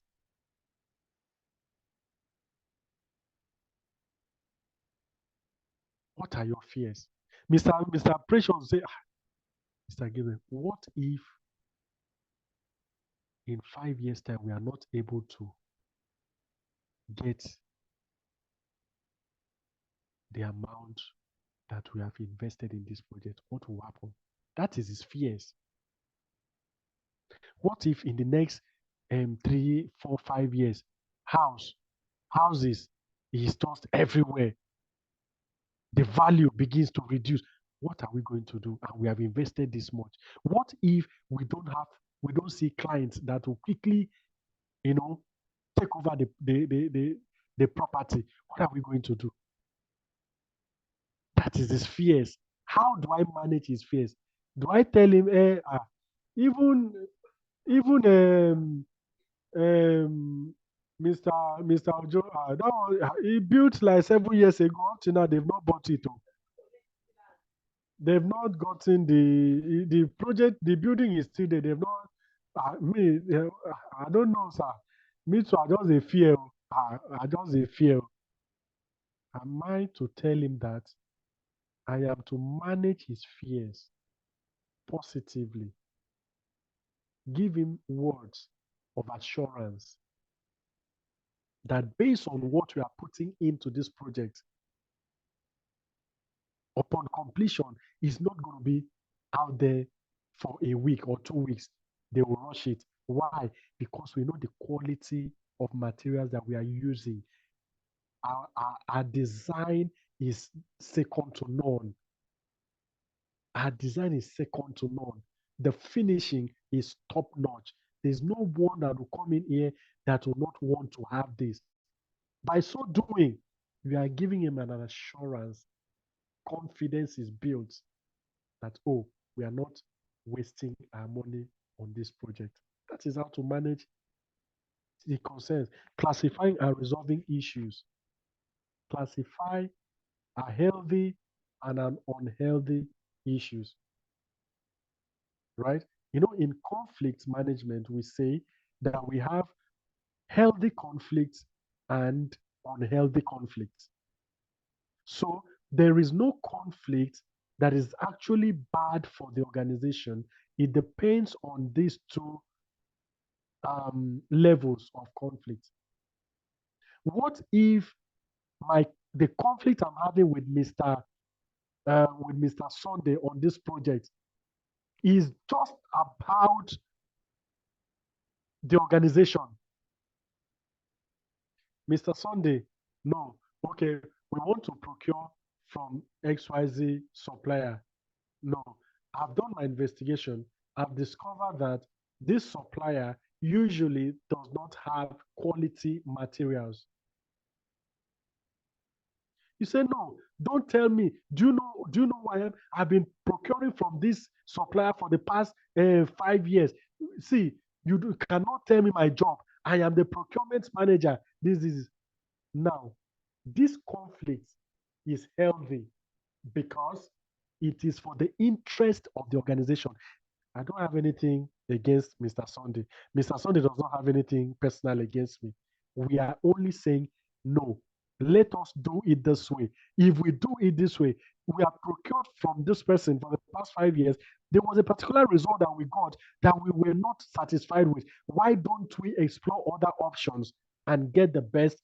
We are representing the organization. But the unhealthy conflict is the fact that Mr. Sunday comes into the office. He does not greet me. Who does he think he is? The way he's walking, he'll just be marching ground up and down as if it is his father's company. Eh? He's just talking to people anyhow. I just hate him. I don't like it. That is unhealthy because if it is not checkmated, if it is not taken care of, it will affect our work, our productivity. The management want to put me alongside with Mr. Sunday to brainstorm. Outside, I can't be in his team. Why? Because of personal grievances, personal conflicts going on between us. But if it is the healthy one, we can come back to the drawing board. Mr. Sunday will say, Mr. Gebe, you even advise very well. Do you know that I did not even think in that direction? So this woman would have been, this supplier would have been using us to carry crews. And at the end of the day, we'll get some standard materials. Thank you. Thank God you even advised. What is that? We, disagreed. We agreed, and we have come back to working together.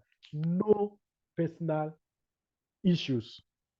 That is the difference between healthy conflict and unhealthy conflict. So, how do I resolve their issues? Then we talk about increasing support and minimizing resistance. We need to do what? Support each other.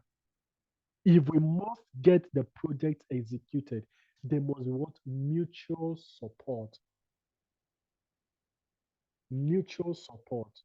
Because the completion of the project will be beneficiary to what? To us all. All right? So it is highly important that we take that into consideration. So we talk about some of the tools here: communication methods, interpersonal skills, conflict resolution, listening, resolving change, resistance, management skills rather, facilitate consensus, influence people, negotiate. Okay. Sometimes you do not force your opinion on people, even if as a leader you have your own how will I put it? You know exactly what you want. You have your own result already. But for the benefit of inclusivity, let people speak.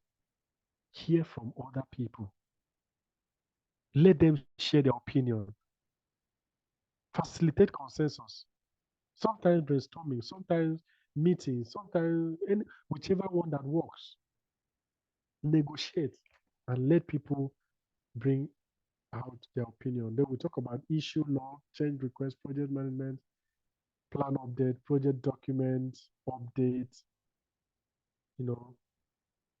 Let us not forget there is difference between project management plan update and project document update. Who can explain and give us the difference between these two? Project management plan update and project document update. Anybody, please, quickly. I think project document update is either day to day, week to week, or month to month of the progress of the project. Then why a project management plan update? To check the first document, how the project is going. Is it working in line with the proposals and all of that? I think that's what I can see for now. Okay, thank you. Any other person?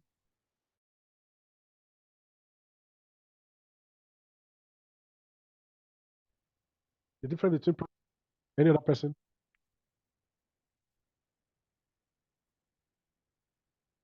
Any other person? Mr. Ojo? Sorry, Mr. Sunday. Are you there? Thompson, are you here?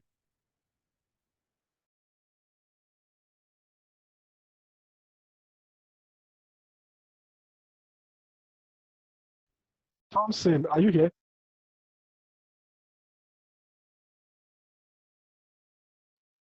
Yes, I'm here. I'm with you. Raymond, okay. Yes, answer us, please. We want to hear your voice.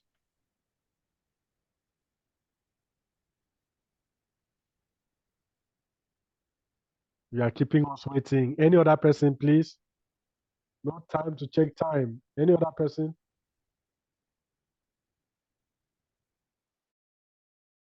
Your mic is on. Speak.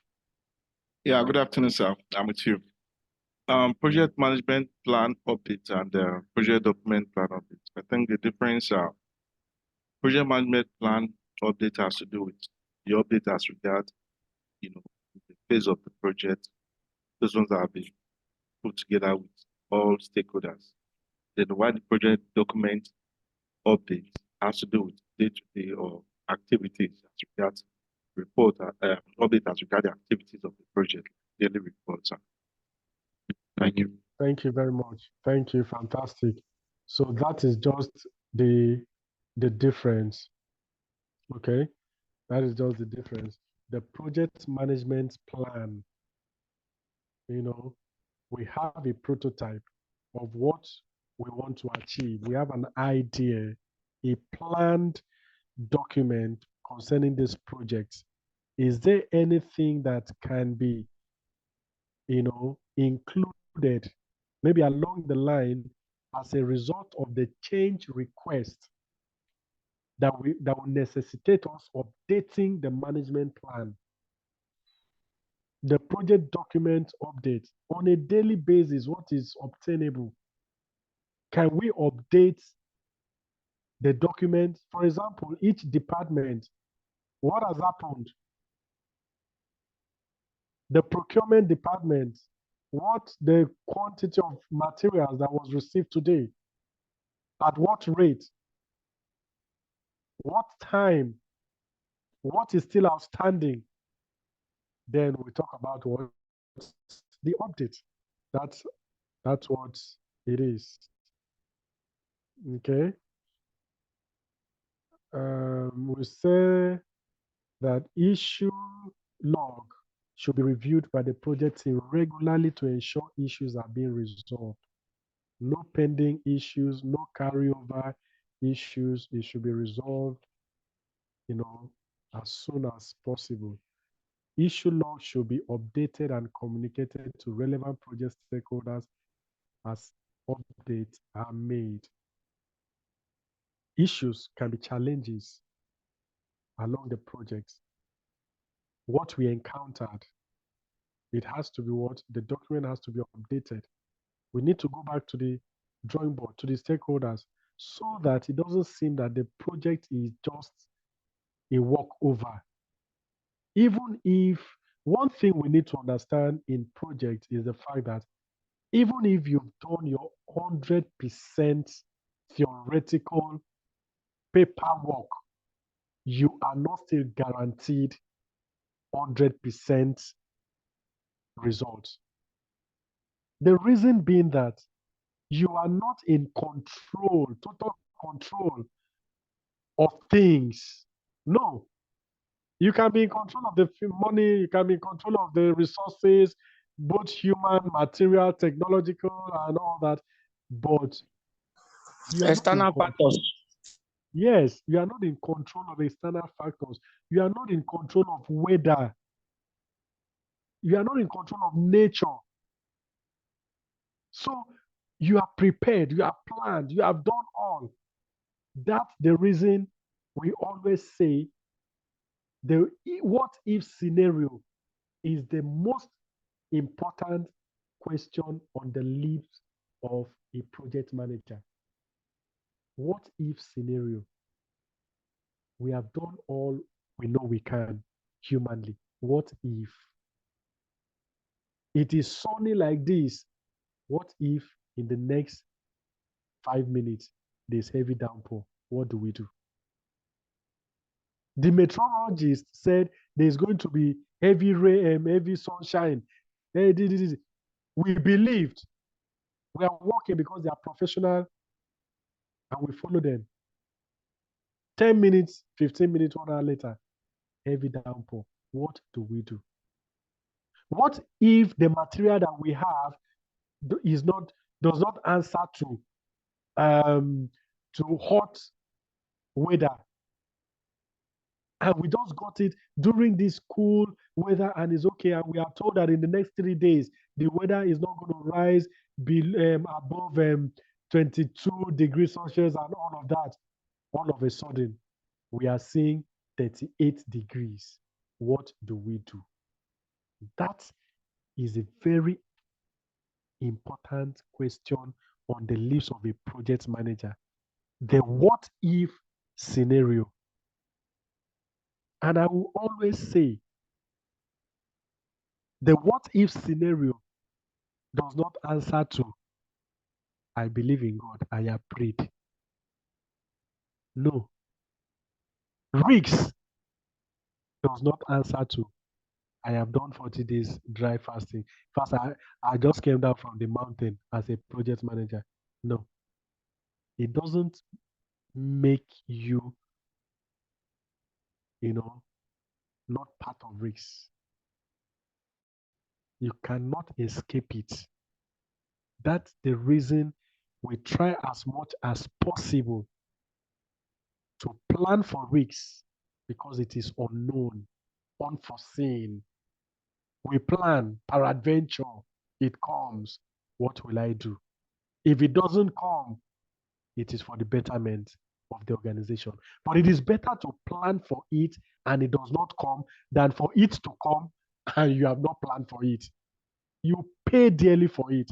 So the what if scenario is very important so that you can include that, update it, and take it back, communicating it to the stakeholders. We did a thorough work, but at the end of the day, this is what we were faced with. What alternative did you provide? The what if scenario brings you to a position of having plan B. Because the idea here is, I have done this. This has happened. Not in line with what I planned for. Now that it has happened, what next? What is the next plan? Will I fold my arms and just say, hey, yeah, sorry, it's part of life. What will I do? Will my stakeholder want to hear that I folded my hand to say, hey, yeah? What is it that you are provided in case of necessity? That is what we are supposed to do. We talk about organizational process asset update, stakeholders notification, project report, project presentations, project records, feedback from stakeholders, lessons learned, documentation. All of these is what is contained in the project um, project information, project document that must be updated, because at the end of the day, we need to have feedbacks from the stakeholders. Feedback from the stakeholders. The stakeholder can say, well, everything is going on fine, but I think as a project manager, you actually need to improve on your communication model and all that. That is the feedback.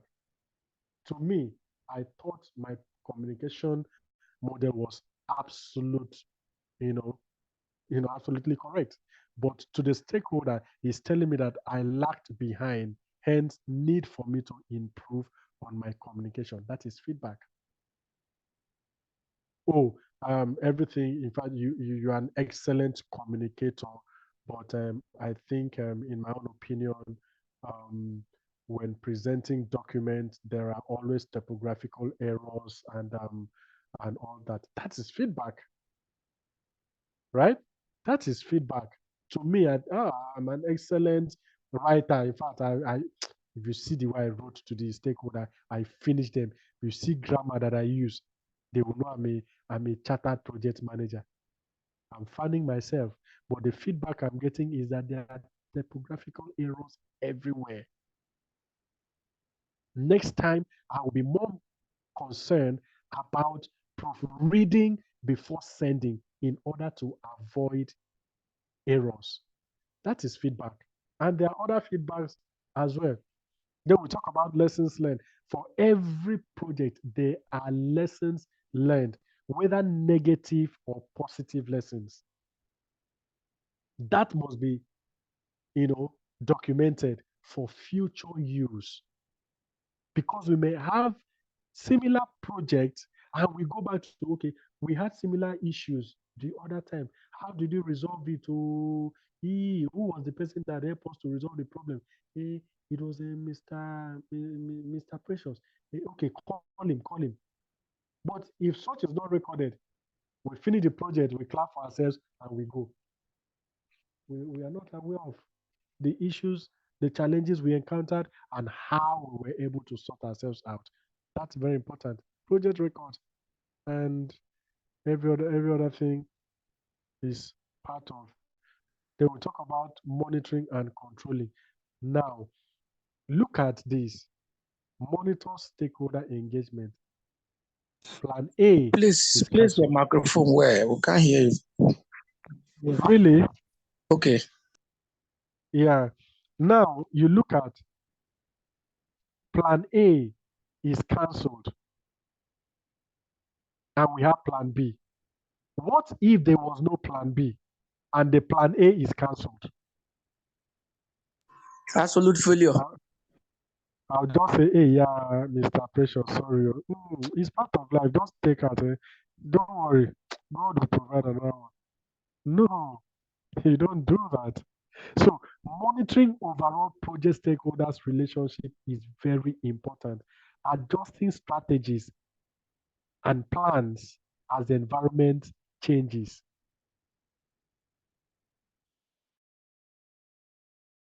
I will not the way the strategy I used for Mr. Sunday actually worked while I was in Lagos. It worked fine. Lagos is a different location altogether. Now I'm now in Meduguri, and then I'm working with Mr. Precious. I need to do what? Adjust my strategy, knowing fully well that on that side you don't go out anyhow. Here in Lagos, I can decide to say, okay, Mr. Sunday, please, can we have meeting 1 a.m.? We go and have our meetings and we come back safe. But I cannot try that in Meduguri, in Borno, in other, security prone area. Why? Because of what is happening there. So what am I going to do? Adjust my strategy so that I'll be able to effectively engage Mr. Precious. Because of what?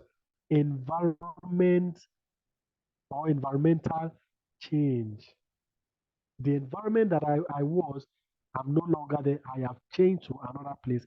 Therefore, my strategy should also do what? Change.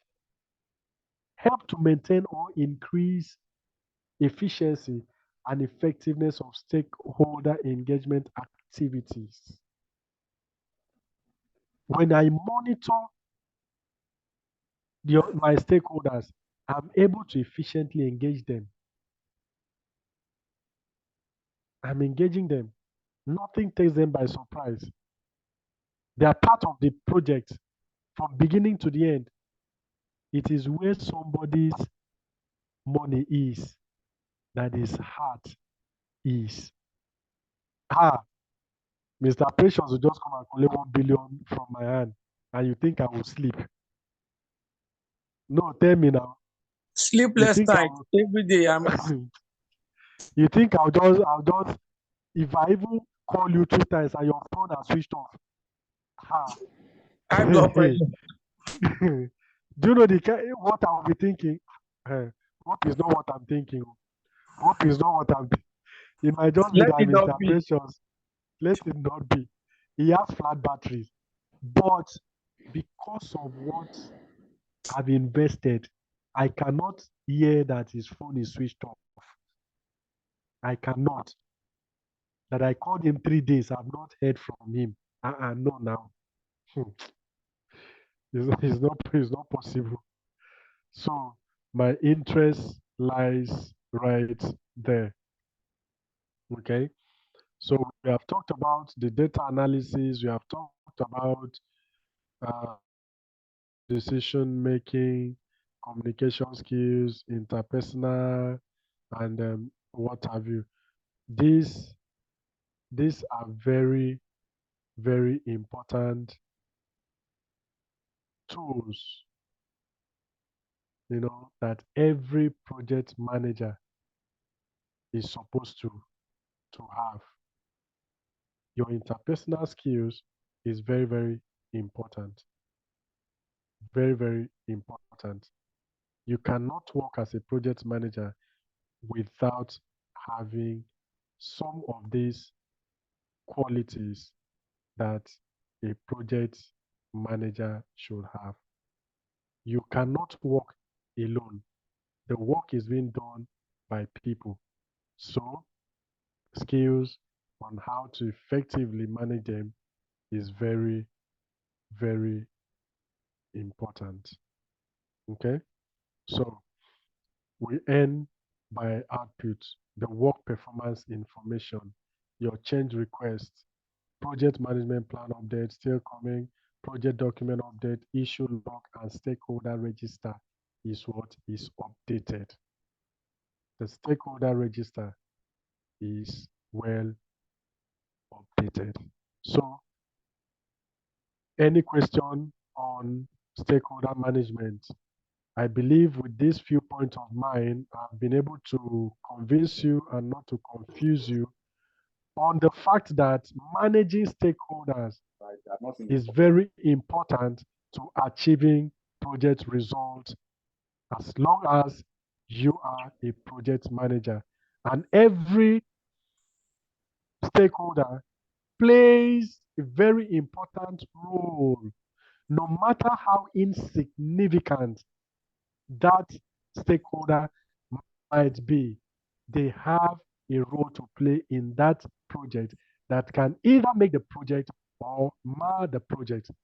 How you handle them, how you treat them, how you respond, how you attend to them matters a lot. And the ball is in your court, not in my own court, because I'm not the one for the project. Any question?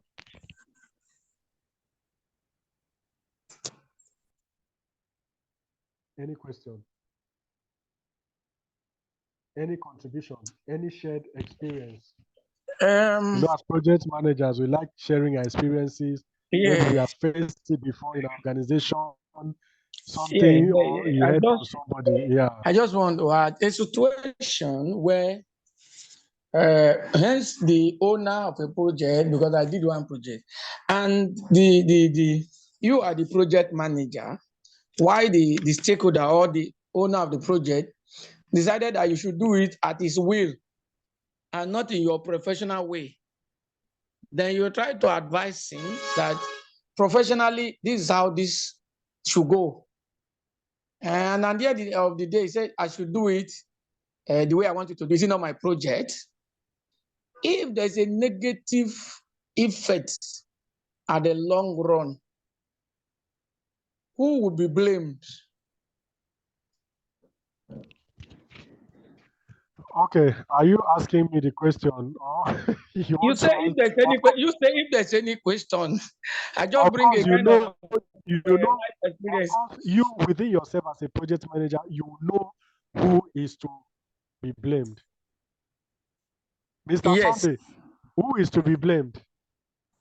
The project manager, who is a professional, to me, Is to you. because nobody will hear that ignorant in the field will tell professional what to do. You are to manage him and do the work the way it should be professionally, so that at the end of the day, your work will stand for you.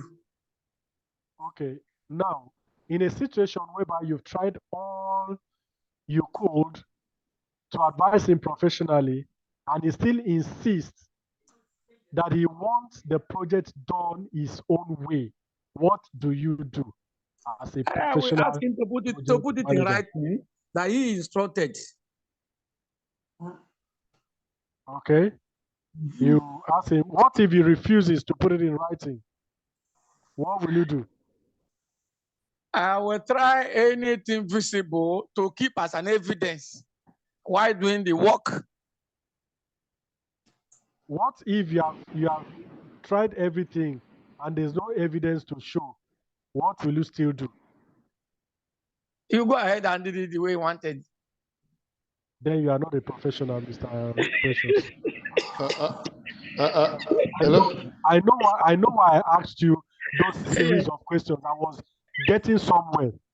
You see, But the issue is, sorry, sir, let me just conclude. What it happened to me, okay. but what I did was, at the end of the day, I have to invite a colleague. There's a man whom I built a room for, where, you know, it's in this Ibejuleki area that is very salty, and it's what I was telling them, the kind of iron we have to use for the foundation, the casting, and all of that. But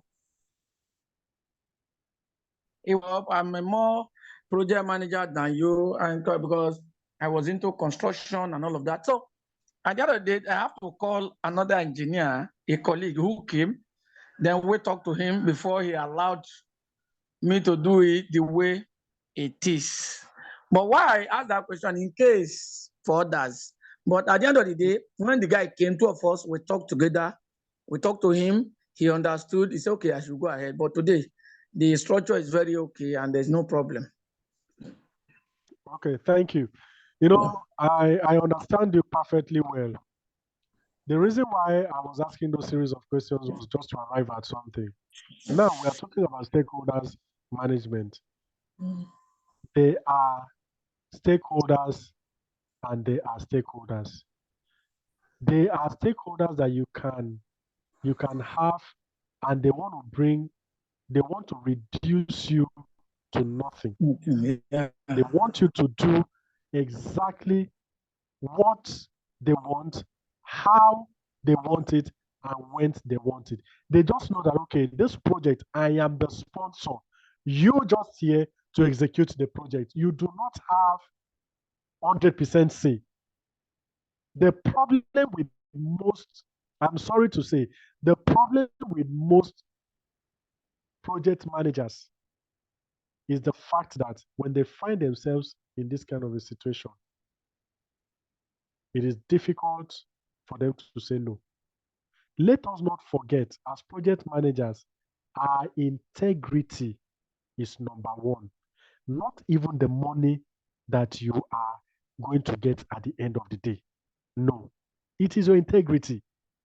Because a failed project can render you unattracted by other people. Who is going to recommend you to somebody? Because of series of failed projects that you have handled based on the fact that you cannot say no. If I say no, waiting children go chop. School fees there. Shebi na a project, let me just do it like that. Yes, you will do it, but at the end of the day, it is your name. It is your company's name that will be shortlisted, or that will be your license will be delisted. So let us learn on how to say no to some projects. It does not mean that that will be the end of you getting contracts. No, it is not every project that somebody can get. There are some sponsors that you get that are so myopic, so insensitive, they just don't want to know whether you're advising them positively to their own. They don't want to. They want you to do it according to how they want it done. Eh, my friend did it that way, and I want it exactly the way my friend did. Did your friend tell you what he went through in order to get that done? He built that house on a solid ground, on a non-waterlogged area, and then your own area is 80% waterlogged. And you don't want me to do it the way it should be done professionally so that the building will stand the test of time? Oga, I am not doing.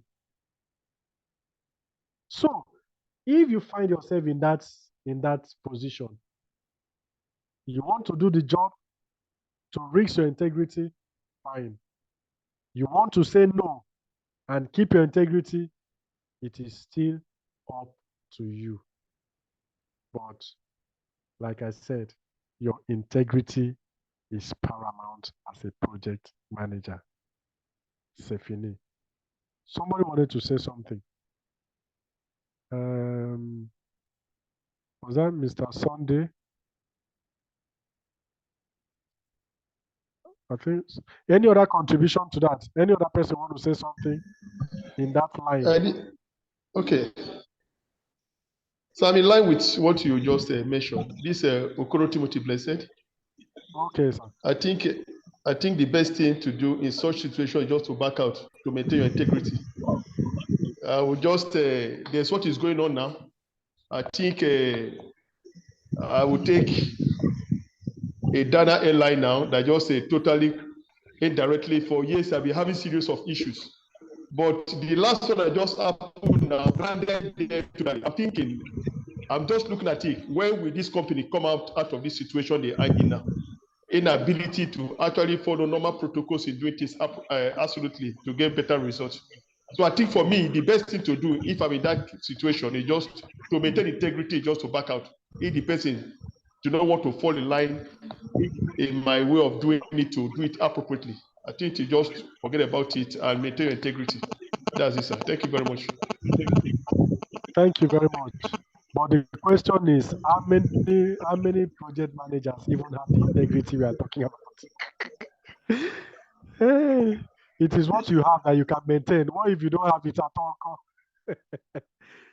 Hey, any other person? Any other person?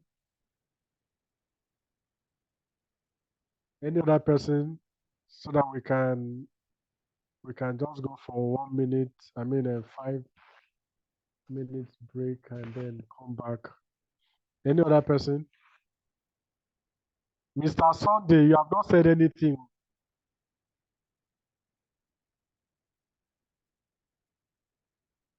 Mr. Isaac, you haven't said anything.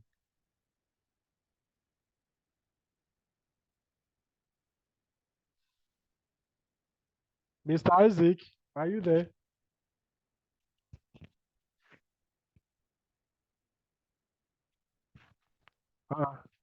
Where are my people? Where have they all gone to?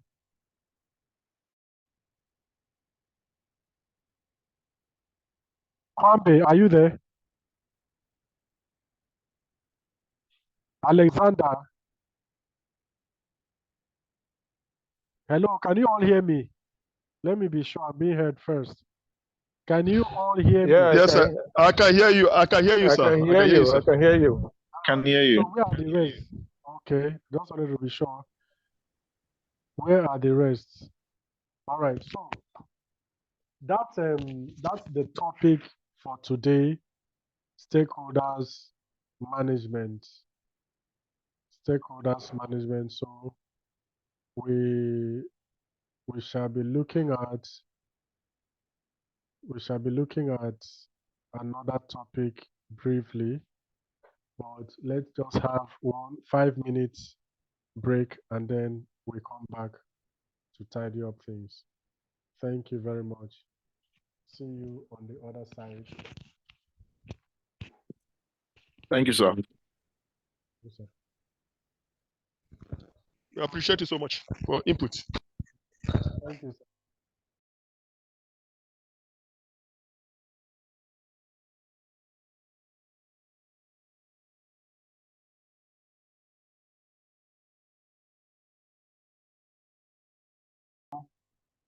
Having right,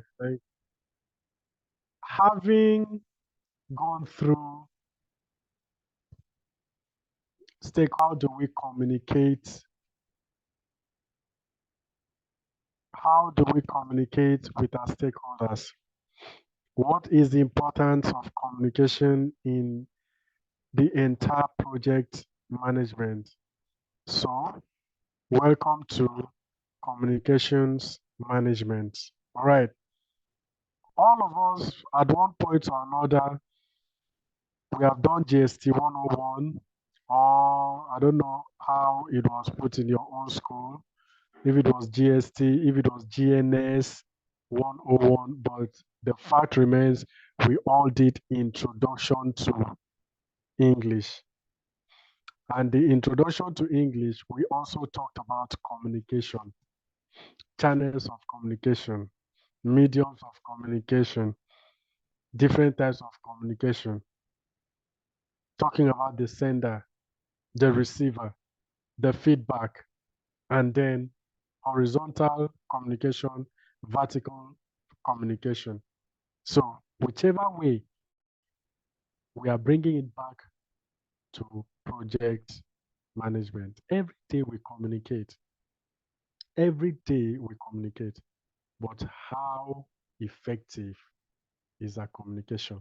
How well do we manage communications effectively to get the desired result?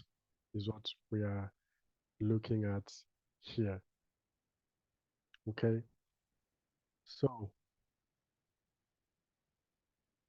we say that project communications management includes the process that are required to ensure timely and appropriate planning, collection, creation, distribution, storage, retrieval, management, control, monitoring, and ultimate disposition of project information.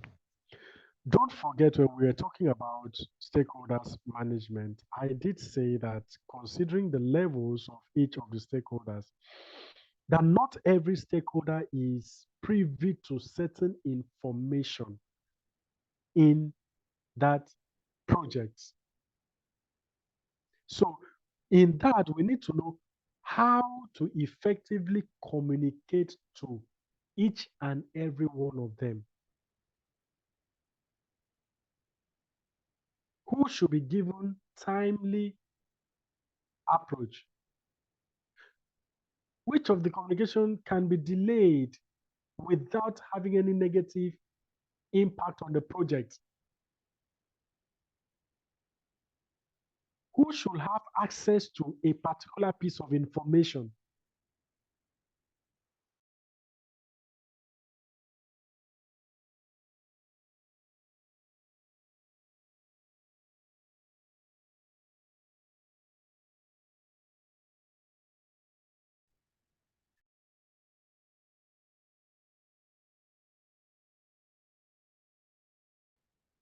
You know, nobody gains access to at will. Nobody gains access to at will. Who is in charge of collecting?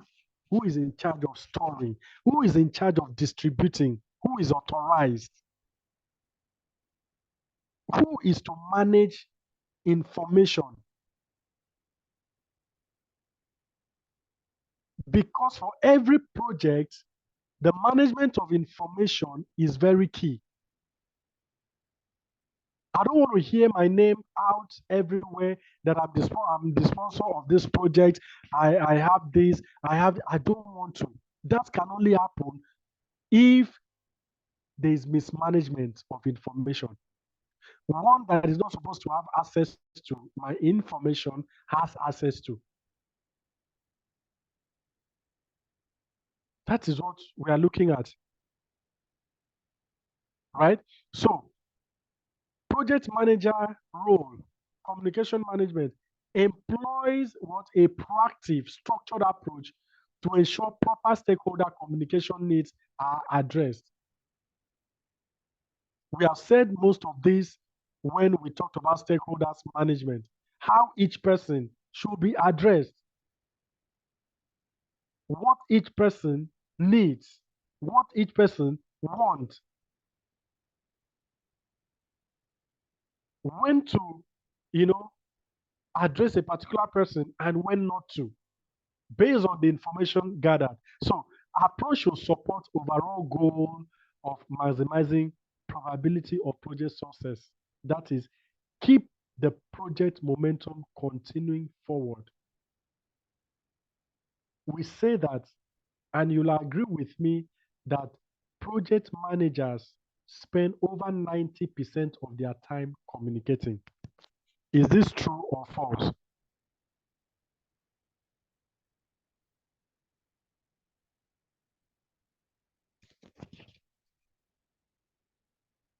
Hello? Hello, can you all hear me?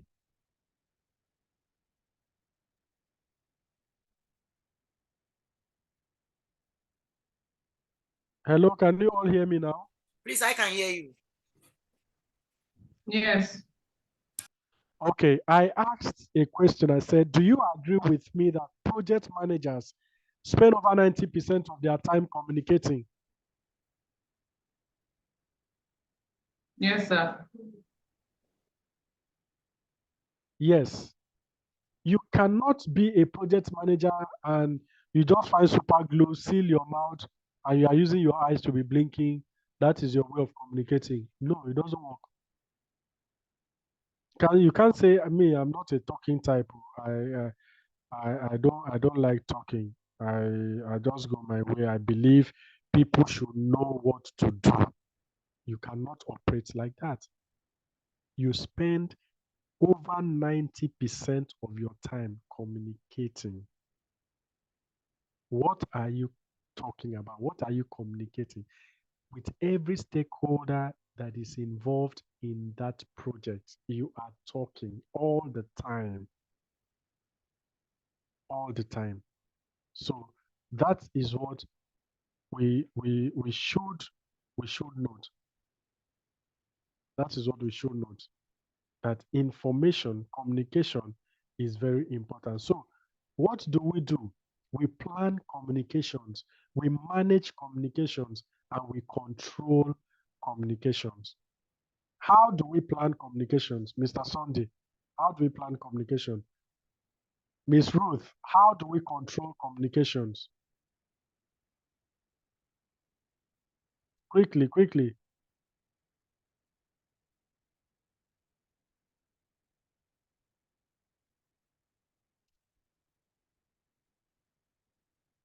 Hello, hello, hello.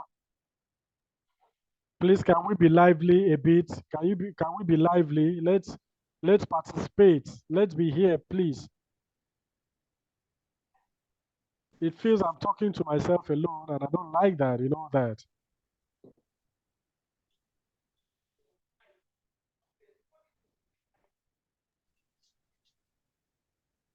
Ruth, we are hearing you, please. Okay, sir. For the control of communications, Yes. such the control there for me is that to ensure that information gets to the right persons at the right time, sir. Yes, sir. Thank you. It gets to the right person at the right time through the right medium or channel used for communication process. Thank you. Mr. Sunday, plan communications. Please, sir, can I try? Mr. Isaac, yes, go ahead, please. Now, when you are planning for communication, you have to identify the purpose of that communication.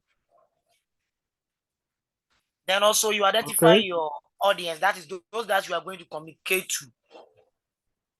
Then you plan and then design your message that you want to communicate to the audience. Then also you consider the resources that you are going to use to communicate to your audience. That is what I can say. Absolutely fantastic. Thank you very much. Fantastic. When you plan your communications, you are simply, like we talked about human resources last week, we plan human resources. Who are the people that are qualified for the job? What space do we have? Do we need qualified? Do we need skilled, semi-skilled? Do we need this? Okay. Now, what is the percentage, female to male, gender equality or inequality? Now, how much will it cost us to? Do we employ people or we can outsource? Do we need people that will be in here, permanently, or some will be on? You are planning. When you plan communication, who are the people? Who are the stakeholders? What communication channel?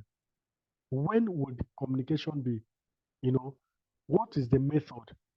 How often are we communicating? That is what plan communication and then managing it in a way that nobody that is unauthorized will have access to a piece of information that is not supposed to. You manage it that the information that you have gets to the right person without a third party having to know what is, just in such a way that information does not flow at ease, getting into the wrong hands. All right. So, project communications management, we talked about this: initiating, planning, executing, monitoring and controlling, and closing. Plan communications management, the process of developing an appropriate approach and plan for project communications based on stakeholders' information needs and requirements and available organizational assets. Welcome. You are getting information based on stakeholders' needs, stakeholders' management. Okay? Making the information available as at when they want such information. Provide key information on how the project will be executed, monitored, controlled, and closed. Organizational dynamics, that must be factored in on project environment, such as the structure, government regulations, corporate risk tolerance, etc. Then we talk about organizational process asset. We've mentioned that before: historical records, lessons learned, um, beliefs, culture, hierarchical tendencies, and what have you. Then communication requirement analysis, examination of information needs of project stakeholders. Sources include organizational charts, project organization. Sometimes there are people that you present your information in form of charts. Give it to me in form of chart, horizontal, vertical, pie chart, bar chart, what have you. That is a way of what communicating. Not every stakeholder understands the use of what chart. Just write the figure. Just tell me, okay, in the month of January, we spend this. In the month of February, we spend this. In the month of March, we spend this. In April, we spend. In May, we spend this. But some will say, okay, can you put it in a chart? Let me see how it is.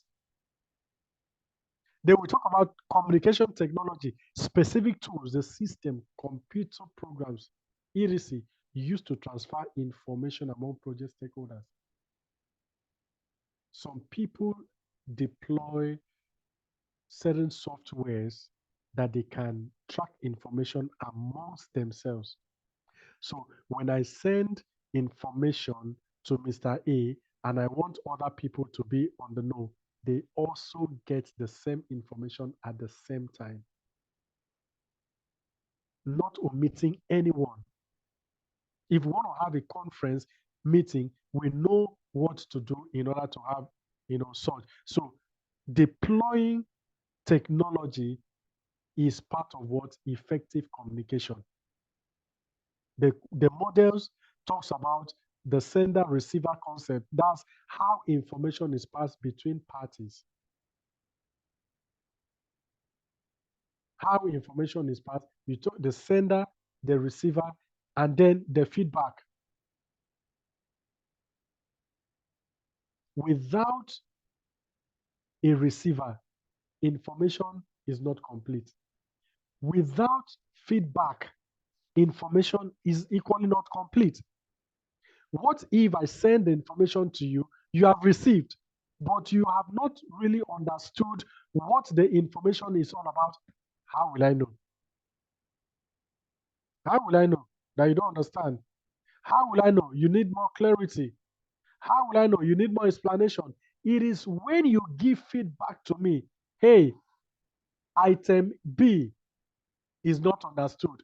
Item C is not understood. Now the feedback is coming back to what? To the sender. The sender adjusts, amends, and then give it back to the sender. That is where information is complete. That is where communication is complete. Without feedback, there is no communication that is complete. It's just hanging. It's just hanging. So that we need to put on the notes. Then we talk about communication methods, the meetings, we talk about whether the emails, whether the chat, whether voice call, conferencing, Teams, Google Play, just name it. Then the meetings. The planned communications management process requires discussion and exchange of information with various stakeholders. Meetings are one format for collecting and exchanging information. Information is, let me ask, what is the difference between information and communication? Anybody? We are in GNS class. GNS 101 or GST 101. What's the difference between communication and information? Anybody, Hello. please, quickly. Please, can I try?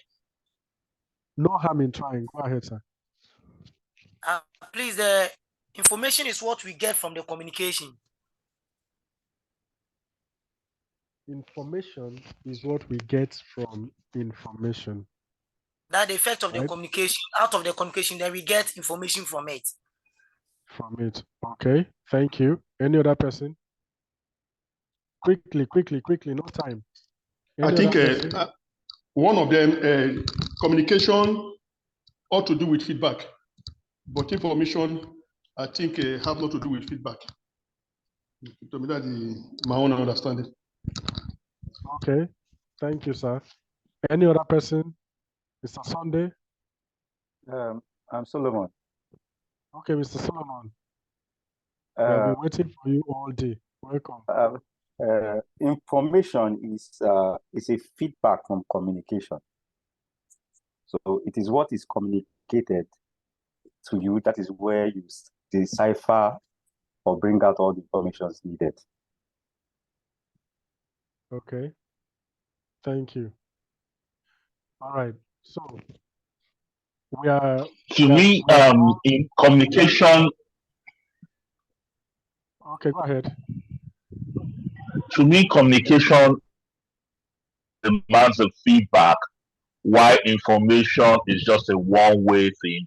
You pass it across, you don't get a feedback. So while communication is a two-way thing, when you send you must receive a feedback. While information is just a one-way thing derived from communication. Okay. Thank you. Thank you. Thank you. Thank you. And also say, now, okay.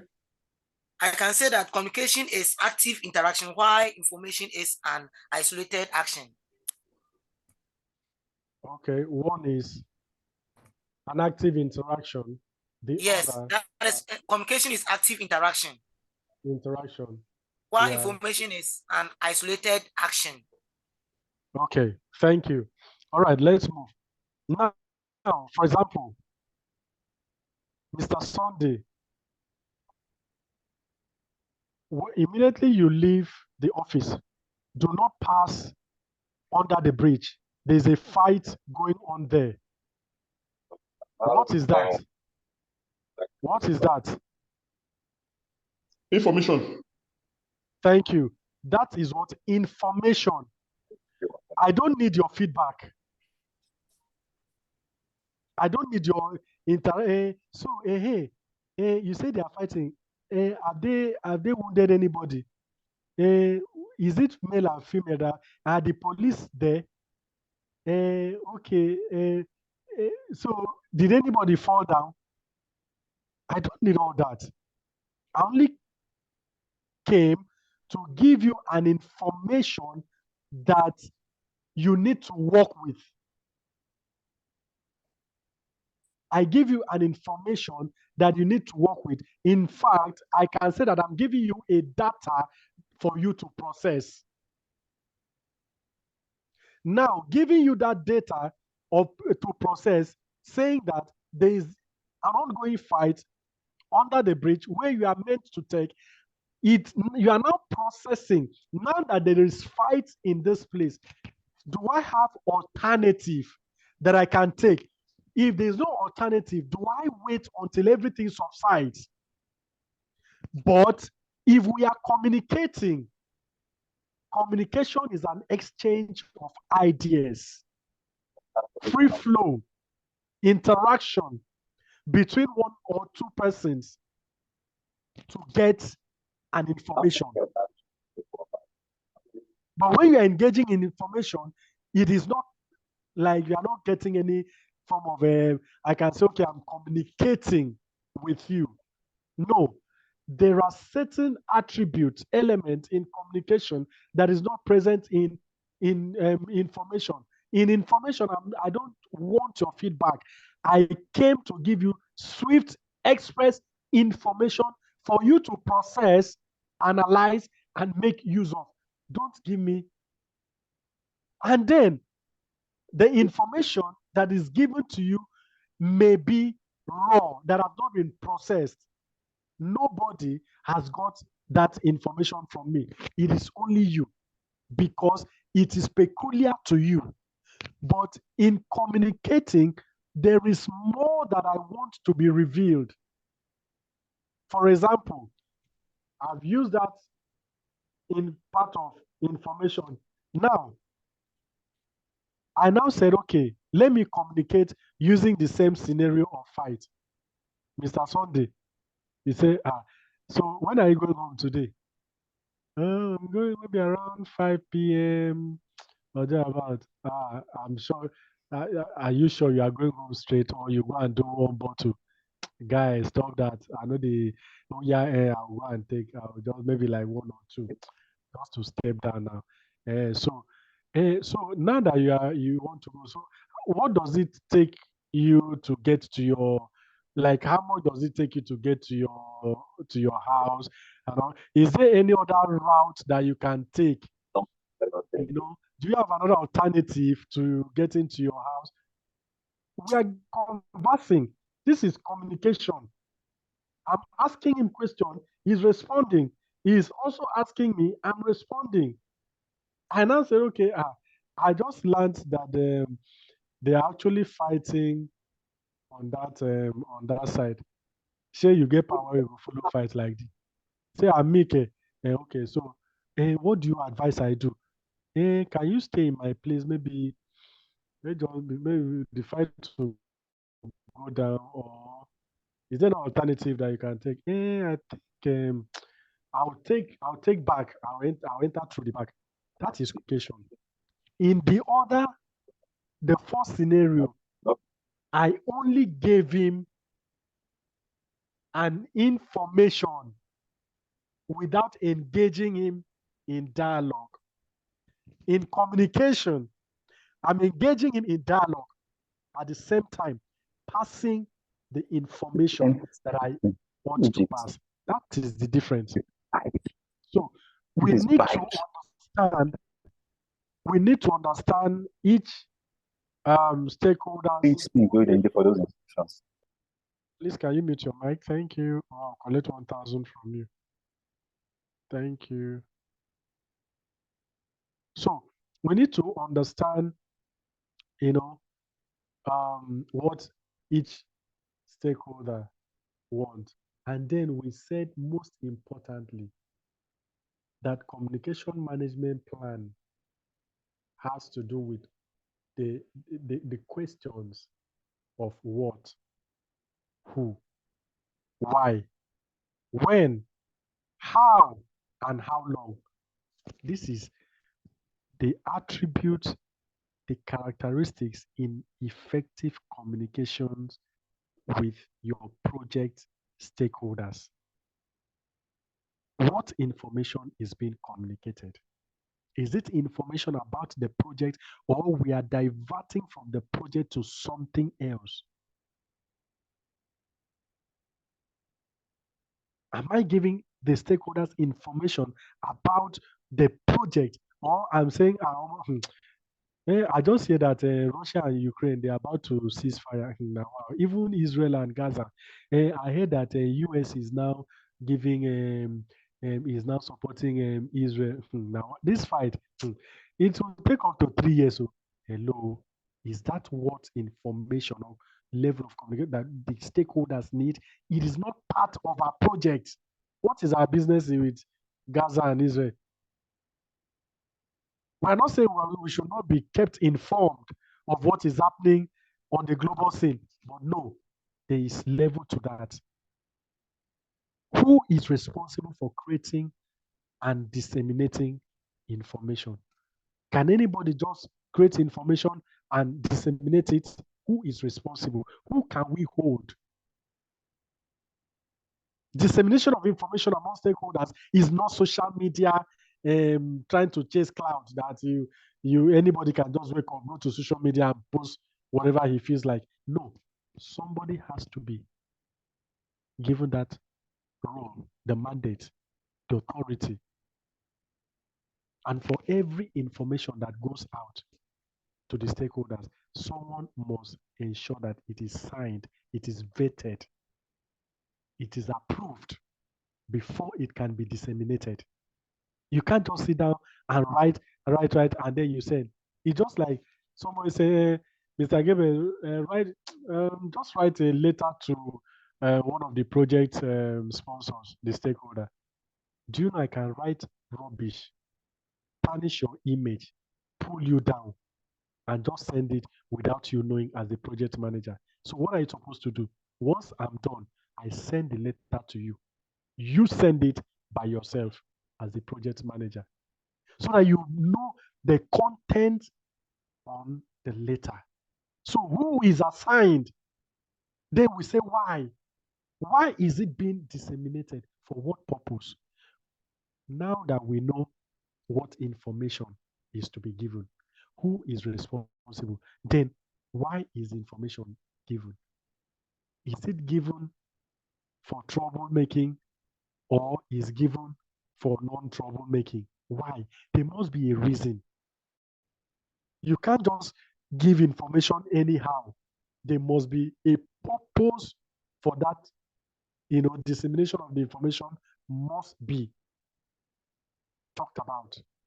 Why? And then we talk about when. When is it disseminated? How often or frequent? Is it once a day, twice a week, once a month? How often? When should it be disseminated? As a matter of fact, there are some companies that information is given on a specific day of the week, specific time of the day. They don't just give out the information 12 midnight. You begin to hear your phone disturbing. Why? Information has come in. No, they have their time. They have specific day that they give information. Then we talk about how. How will it be disseminated? That is the communication method. Will it be through phone calls? Will it be through text? Will it be through emails? Will it be through chats? Will it be through journals? Through letters? What communication method are we adopting that is suitable for each of the stakeholders based on stakeholders' expectations? We have already known their expectations when we did the meetings, when we conducted, all the brainstorming sessions, when we carried out, surveys about them, gathering of their information. We've already known. Now, what method are we using? Then how long will it be disseminated? The start and the end date, is it going to be disseminated in perpetuity? For how long? For this particular stakeholder, how long is he privy to this information about the project? For this particular stakeholder, how long when should we stop giving him updates on the project? Where does his time start and where does his time end? We need to do what? Understand that it is very important. So we say you have been contracted as a project manager for the construction of a conference center and are in the process of planning communication management for the project. Which of the following should be considered in your plan? Anybody, quickly. Which of the following should be contained or considered in your plan? Stakeholder register, change request, work performance information management system.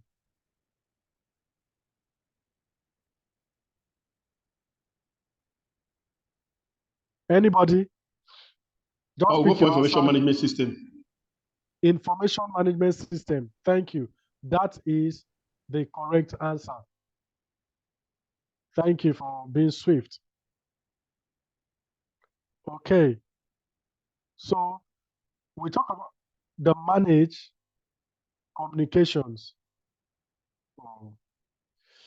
The process of creating, oh dear, system closed. We say that is the process of creating, right? The process of creating information, retrieving, collecting, distributing, storing the information to what? To the stakeholders. That is what. Then I want to ask, how can we manage a stakeholder that is uneducated, cannot read, is not open to technology? How can we manage such a stakeholder and still give him his place of honor in the course of the project? Anybody, please. You create a special time for him. Maybe there will be a time that will be detailed for him to sit and explain the progress of the project from every stage.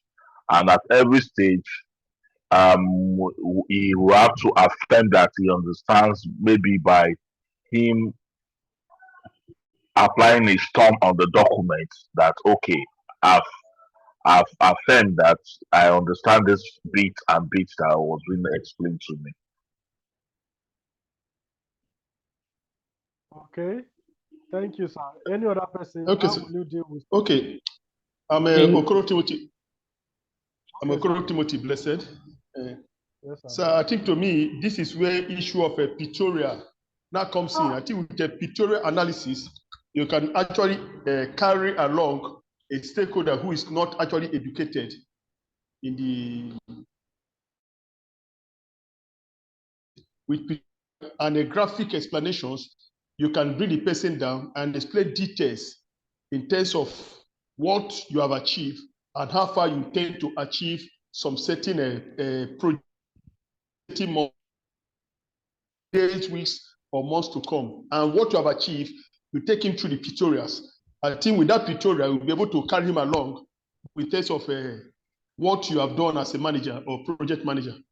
That's my input. Thank you very much. That's absolutely on point. Like I said, there are people in the course of your work. Some of us must have come across the good, the bad, the ugly. As a project manager, irrespective of who you come across, it is your responsibility to manage them. For every person, you are supposed to find that is part of what being strategic. That is part of being strategic. Like if my stakeholder, the other one is well educated and all that, there's a strategy for managing him. Then this other person is not educated, he can't even read and all of that. There's also a strategy to be in place in order to manage him. And like Mr. Timothy said, one of such is pictorials, graphics, charts, explaining in details how far the project has gone, what has happened in the life cycle of the project, where we have gotten to, and every other information. Or better still, we can equally adopt a system where someone that is he trusts can actually be an interpreter for him based on the language that he understands. So if it's someone that speaks, let's say, Egu, if it's someone that speaks Egu and all that, he should be able to have somebody that will well represent him, that whatever he's being said, the person translates it to him in the best way that he can understand. So we can either use pictorials to translate, what we have done so far, or an interpreter will be used in order to. The truth of the matter is, there must be a way. You shall must find a way to handle such a stakeholder. Are we together? Yes, sir.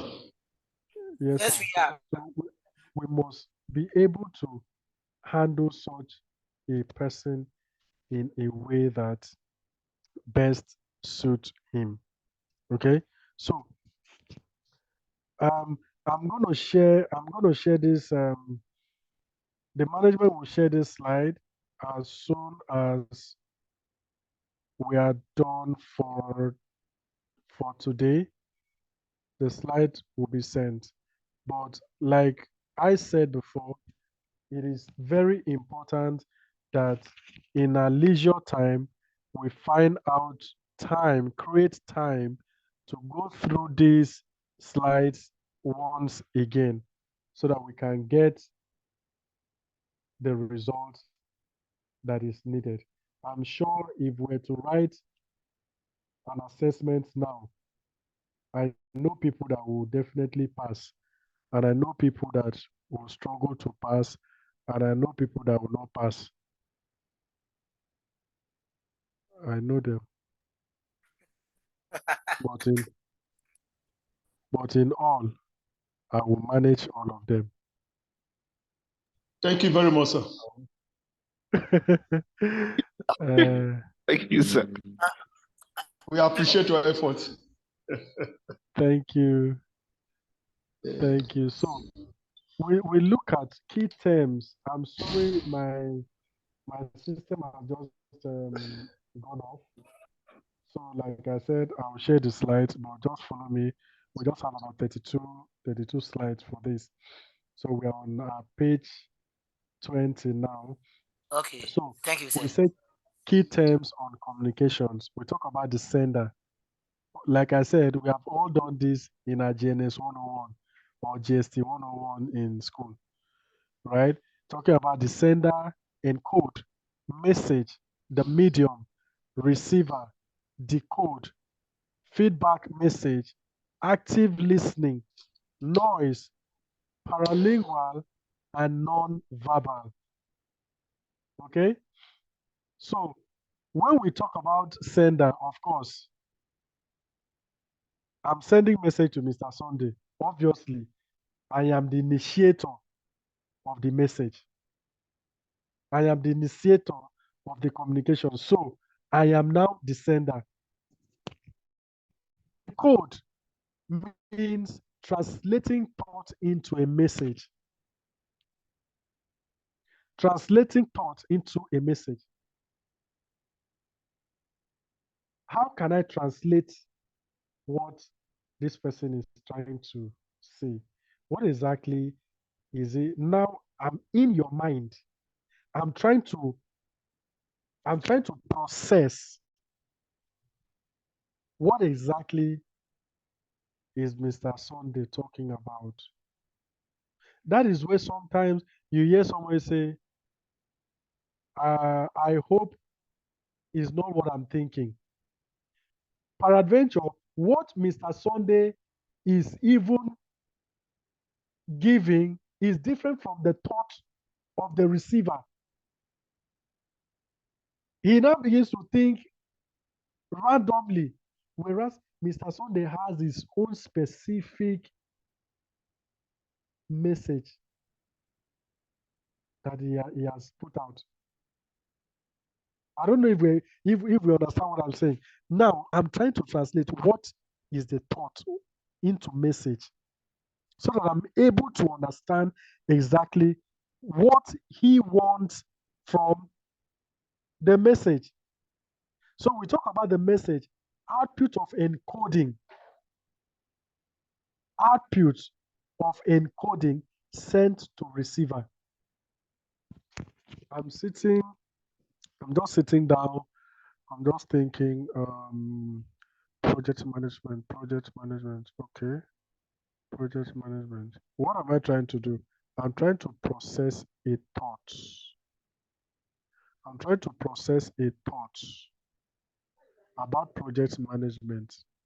Having processed that thought, how can I put it in a very comprehensive, explicit, clear, concise term that Mr. Sunday will be able to understand without having to, crack his head? That is the thought that I'm about processing. Now, having decoded the output of that thought is what I'm putting out to become what? A message that is sent to the receiver, which is Mr. Sunday. Now, the medium, method of message transmission, is it voice? Is it written? Is it chat? Is it email? Is it article, journal? Is it pamphlet? What medium am I using? Then we talk about receiver. Message recipient, he decodes the message. Mr. Sunday, Alpha Nancy India Echo Bravo. I have passed a message to him. He's been able to decode what Alpha Nancy India Echo Bravo means. That is what the message to recipient, and he decodes the message. We talk about decode. to translate a message back into meaningful ideas. Alpha Nancy India Echo Bravo doesn't make any sense, but Mr. Sunday can translate it into a meaningful idea because he knows what exactly I'm talking about. He can translate it to someone that does not understand what that means.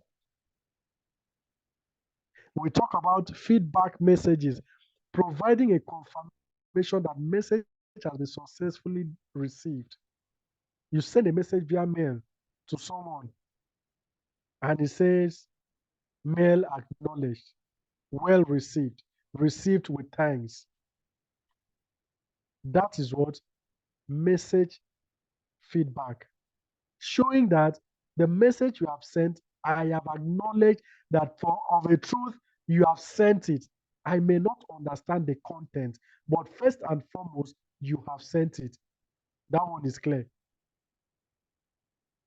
Active listening, a technique providing receptive awareness and response by the receiver to the sender. Active listening. Listening in an active way. One of the challenges that we've got is the fact that we do not listen attentively. We do not listen actively. We don't want to even hear somebody talk before jumping into conclusion or interrupting. You must listen as a good communicator. Every project manager is supposed to be a good, effective communicator. And for you to be a good communicator, you must have an active listening skills. Listen first now. I know you are knowledgeable, but listen first. Then the noise, whatever thing that is capable of interfering, disturbing, obstructing the free flow of information, communication between one or two persons.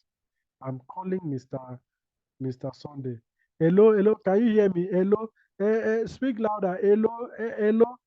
I'm bending my ears, turning the phone upside down. Those are things that, you know, devoid us of having smooth conversation.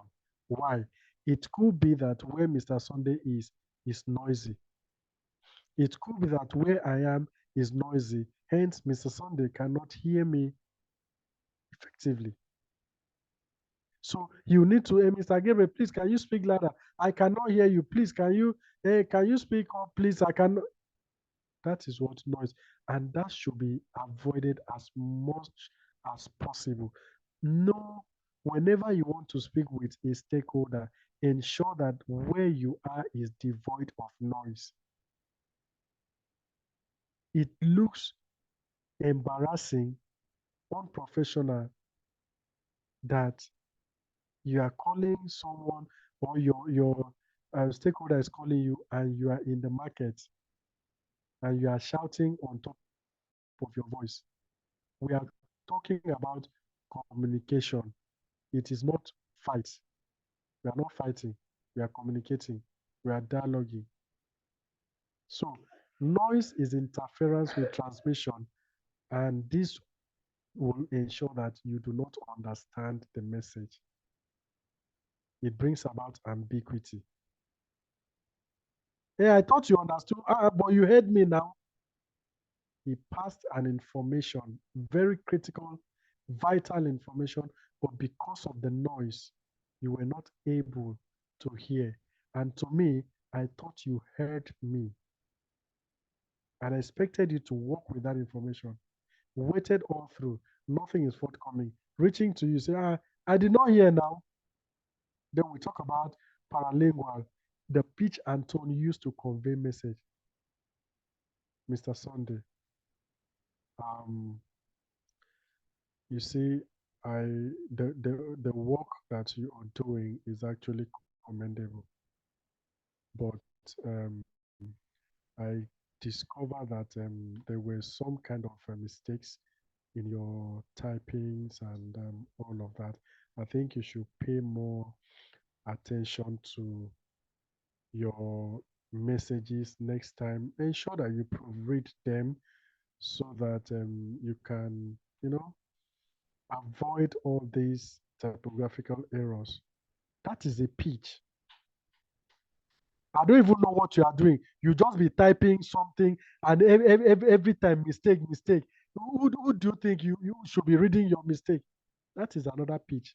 Now, the first pitch and the second, which one is more professional?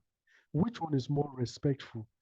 Now, the first one, I pointed to him that he made mistakes. Yes, but I did not shout on his head. But the second one, I am shouting and still telling him the same thing. So when you are communicating, your tone and your pitch is very important.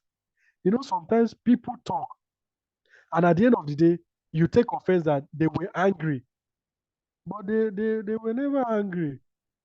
It is just the way they talk. It's the way they talk. They talk to one person and it feels they're addressing a crowd. But we should learn to understand paralingual application. It is not every time that you raise your voice. No. It is not every time also that your voice should be down. No. When your voice is, managed well, somebody knows when you're serious and when you are not serious. The way I started the first one, no man, so in the talk, just leave him. That is how he talks. Nothing when go do. That is so you will not do anything. But if I call fire for fire, you begin to fear. Ah, the way Oga voice day today. Man, I hope everything is well. Oh.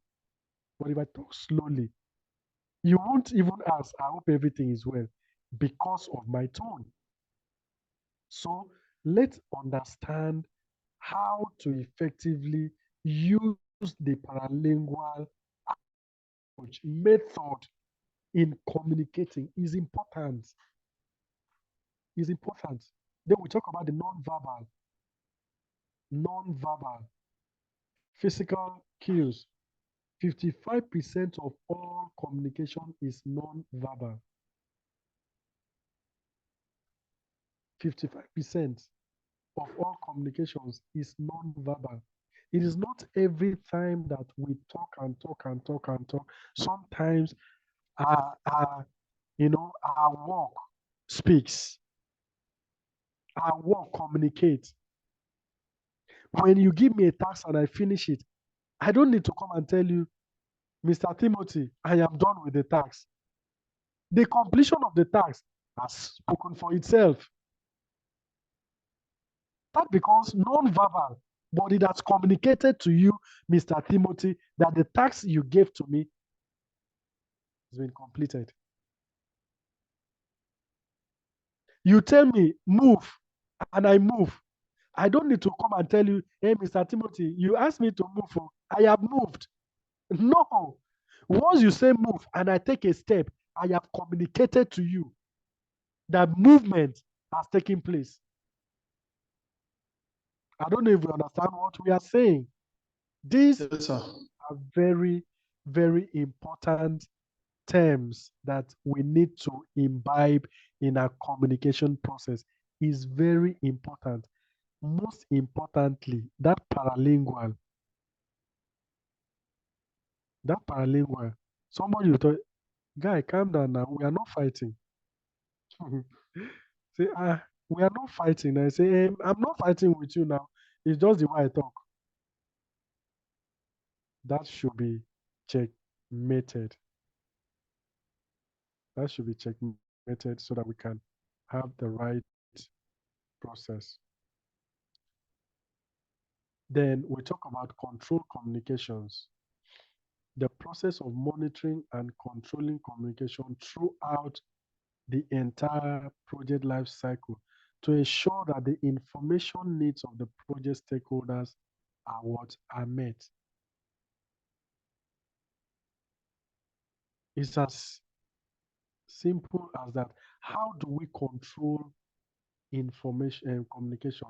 Like we asked the other time, ensuring that people that are not supposed to have access to information should not, meaning that there should be high level of confidentiality. High level of confidentiality. Do you know that people have sold others out unconsciously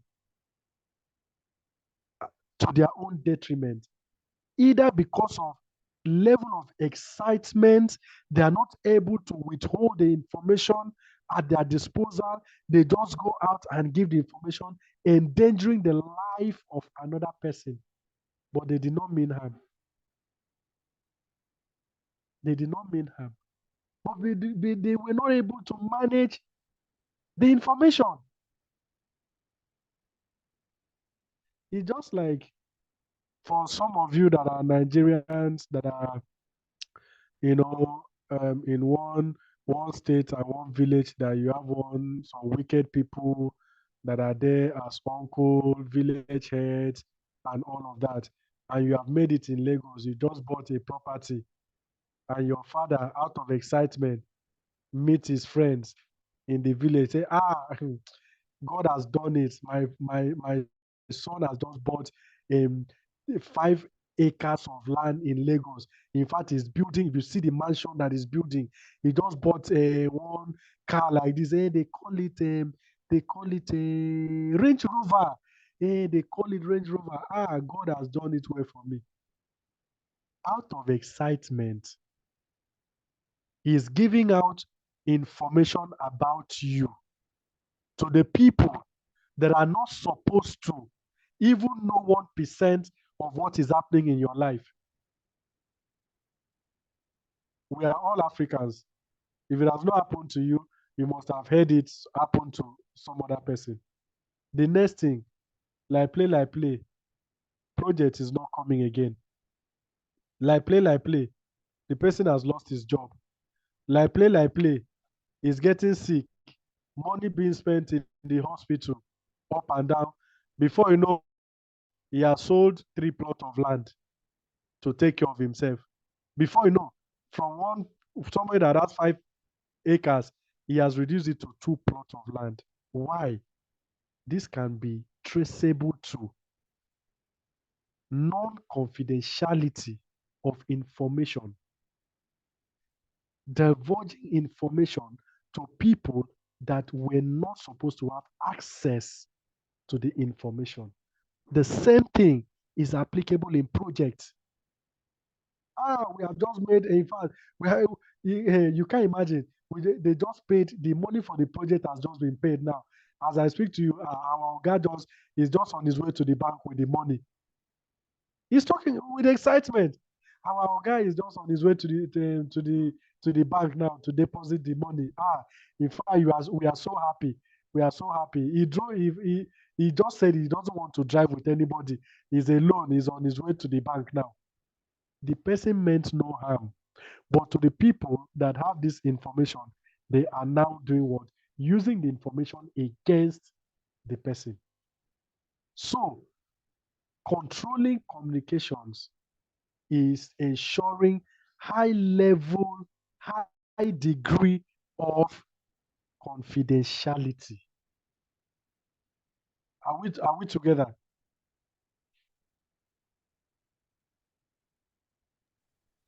Are we Yes, we are. together? Yes, we are, Yes. sir. Yes, I together, sir. We're together, sir. Yes, high level of confidentiality is very important. Otherwise, you will pay for it dearly. Okay, so we talk about information management system, the facilities, processes, and procedures used to collect, store, distribute information between producers and consumers of information in a physical or electronic format. Gone were the days where I'll have to write give a report to Mr. Sunday in Abuja, and I'll use night post, and it will take about 3 weeks before he will receive. Read it. He will now respond to me.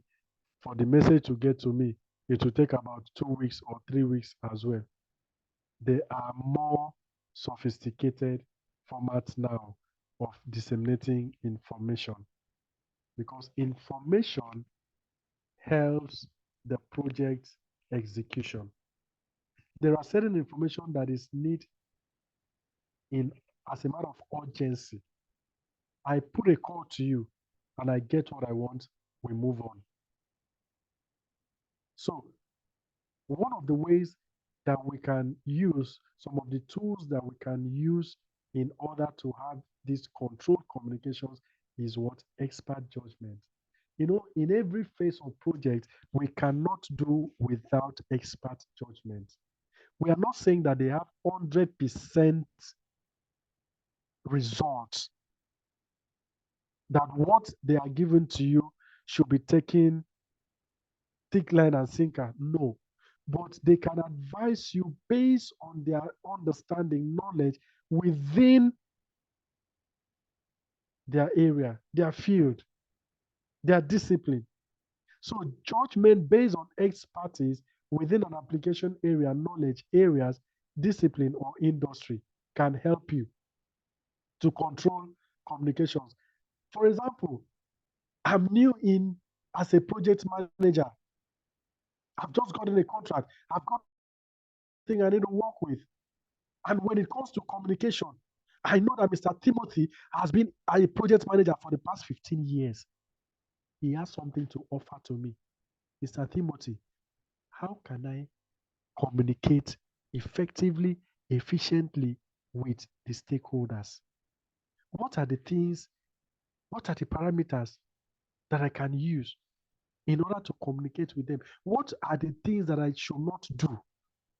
What are the things that I should do? Mr. Timothy, you see, based on my experience as a project manager for the past 20 years, I have been communicating with so many stakeholders. And if there's one thing I will tell you to do, that one thing is understand that every stakeholder is very important. Every stakeholder wants, to be placed in a state where they are identified with. They want to have a sense of belonging. They want to feel among. Hence, nobody should be deprived of information based on their expectation. But I did not know that as a newbie into the system. I did not know. I just thought the way I communicate with my people in the house, that's the way I will communicate with them. They're not human beings, but they are technicalities. They are industry best practices. They are ethics and etiquette in the industry that you need to study, you need to know. So going to experts to give you their, unbiased advice is one of the most important assets that a project manager can have. Okay, sir, this was how I communicated with this person, and he's angry that I'm taking his simplicity for granted. But, sir, I've never insulted him before. I've never talked down on him before. Why did he have to say that? So, what do I do? Mr. Timothy will say, calm down. Most of them are like that.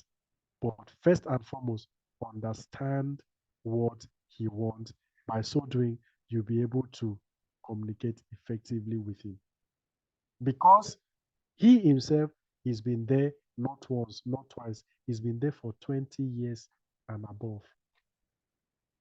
So, often used to identify if communication issues warrant action or intervention.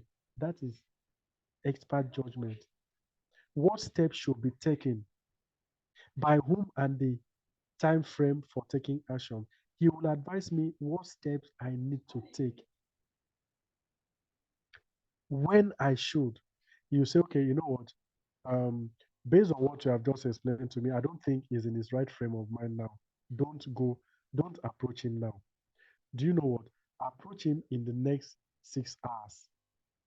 Approach him in the next 3 hours so that you can, talk things out with him. If you go now that is still boiling, something bad might happen. Don't go now. When you see him smiling, when you see him in his right mood, just go and meet him. That is expert judgment. For me, I'll say, if you like, he carry him first. If you like, he carry him first. Nothing concern me. I've not done anything wrong to him.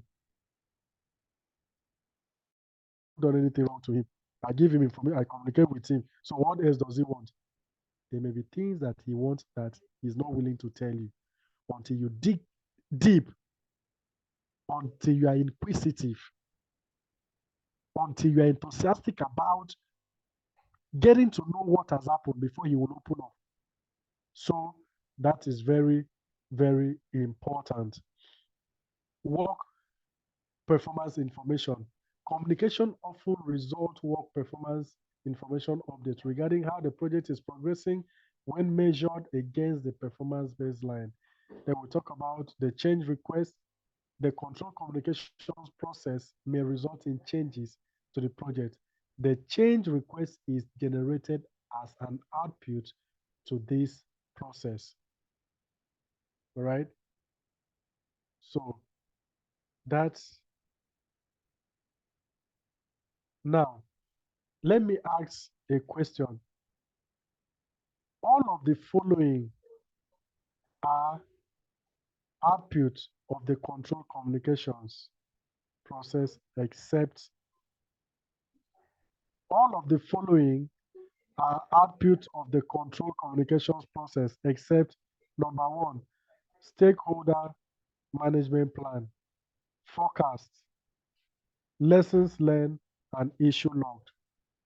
Which of these is part of the output of the control communications process and which is not?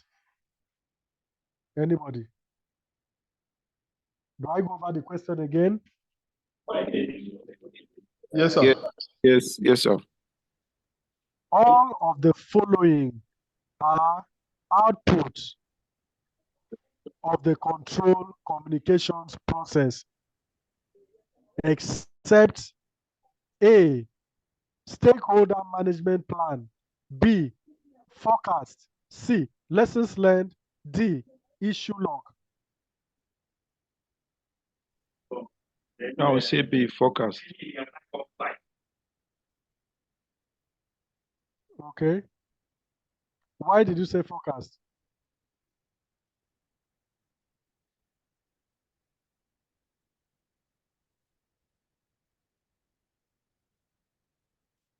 Forecast is correct. Forecast is correct, but can you defend your point? All right. So let's get so the final success tips is that communications management concepts are interwoven across many knowledge areas. So you need to locate your proactive methodological response choices to answer situational questions. What are we trying to say? Every industry has their own communication management concept. There are some industries that they take time for communication to be processed, before even wasting of time cannot affect the project. But for some, it does. So one of the things we should know, communication differs. Techniques differs. Concept differs. Choice of words, language differs.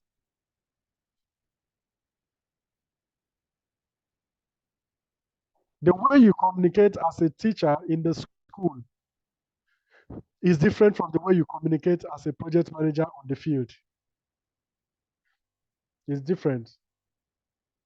There are some techniques that is only applicable. There are some languages that is only, applicable in any field of endeavor. So it is important that having known how to identify, how to manage, how to control, how to monitor our stakeholders, we equally know as well how to effectively communicate with them. Any question, please? Any question? Any contribution? Any question, any contribution, any shared experience where communication failed in a particular project and the consequences, or where communication was put into use and equally the results. Any shared idea? Okay. Anyone? Okay, there's an idea. Okay. Okoro Timothy Blessing once again. So there is a project that is ongoing. We key into a project in an estate. And along the line, we are very finished making payments. So just some months ago, the project managers now called that there's increment in cement and building materials, and for that reason, we need to come so that the price will be reviewed. As I've not seen such things, because when we are making payment, there's no contract agreement. If there's any increment in price of materials, we will come again so that the price will be reviewed. And before then, I'll be calling the project manager. Please go and deck this house. Go and deck this house. Go and deck. The man will be procrastinating. We will do it. Before you know it, there's increment in price. There's increment in irons and all the rest. So when these issues now came up, I told them, well, you as the operational manager, I felt you have failed your responsibility, because if you have listened to me in time onset, you could have even decked this building even to the level of roofing. But because of lack of your ability to actually channel resources, to the project, that's what caused your failure. Now you are calling me to come to round table so that we can talk and review the price. I'm not interested. All I know, deliver the project to us as agreed, So that's all the thing. I think what I'm trying to bring out is this: communication is very, very important, and whenever issue of communication and feedback, there should be proactiveness in terms of the project management to make sure you deliver, because the stakeholders may likely be foreseeing some issues coming ahead, but you as the project manager will not be at that point to see it. You see the deadlock that all of us are involved ourselves now because of failure of the project manager to actually be proactive in terms of execution. So that's, I looked at it as communication is very, very important, in terms of project management. Thank you very much. Thank you for that. It's very important, just like you've said. Any other person? Any other person? Mr. Sunday, are you still here? Any other person? Yes, sir. Okay.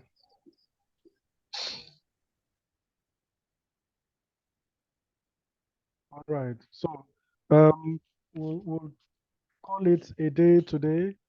Thank God we've been able to deal with two topics, talking about stakeholders management and communications management. So thank you very much for your time, for your insightful contributions. Thank you to all that made their input known. Thank you very much. We'll see you again same time next week, Saturday. Thank you. And do have yourselves a Thank you wonderful so day. much, sir. Thank you so much, sir. We Thank you so appreciate you much, so Mr. much, sir. Thank you you so so much, much, sir. Mr. Thank you We so appreciate much. you so Thank you much so much, Mr. Friday. We for your appreciate time. you so much. This is another wonderful day, another wonderful time. Thank It you, is. sir. It You is. It know, is. you are always doing well. That's why we have you as our top facilitator. Thank you, Mr. Friday. And to our wonderful participants, we are grateful. We thank God that we are done. This is the fourth day.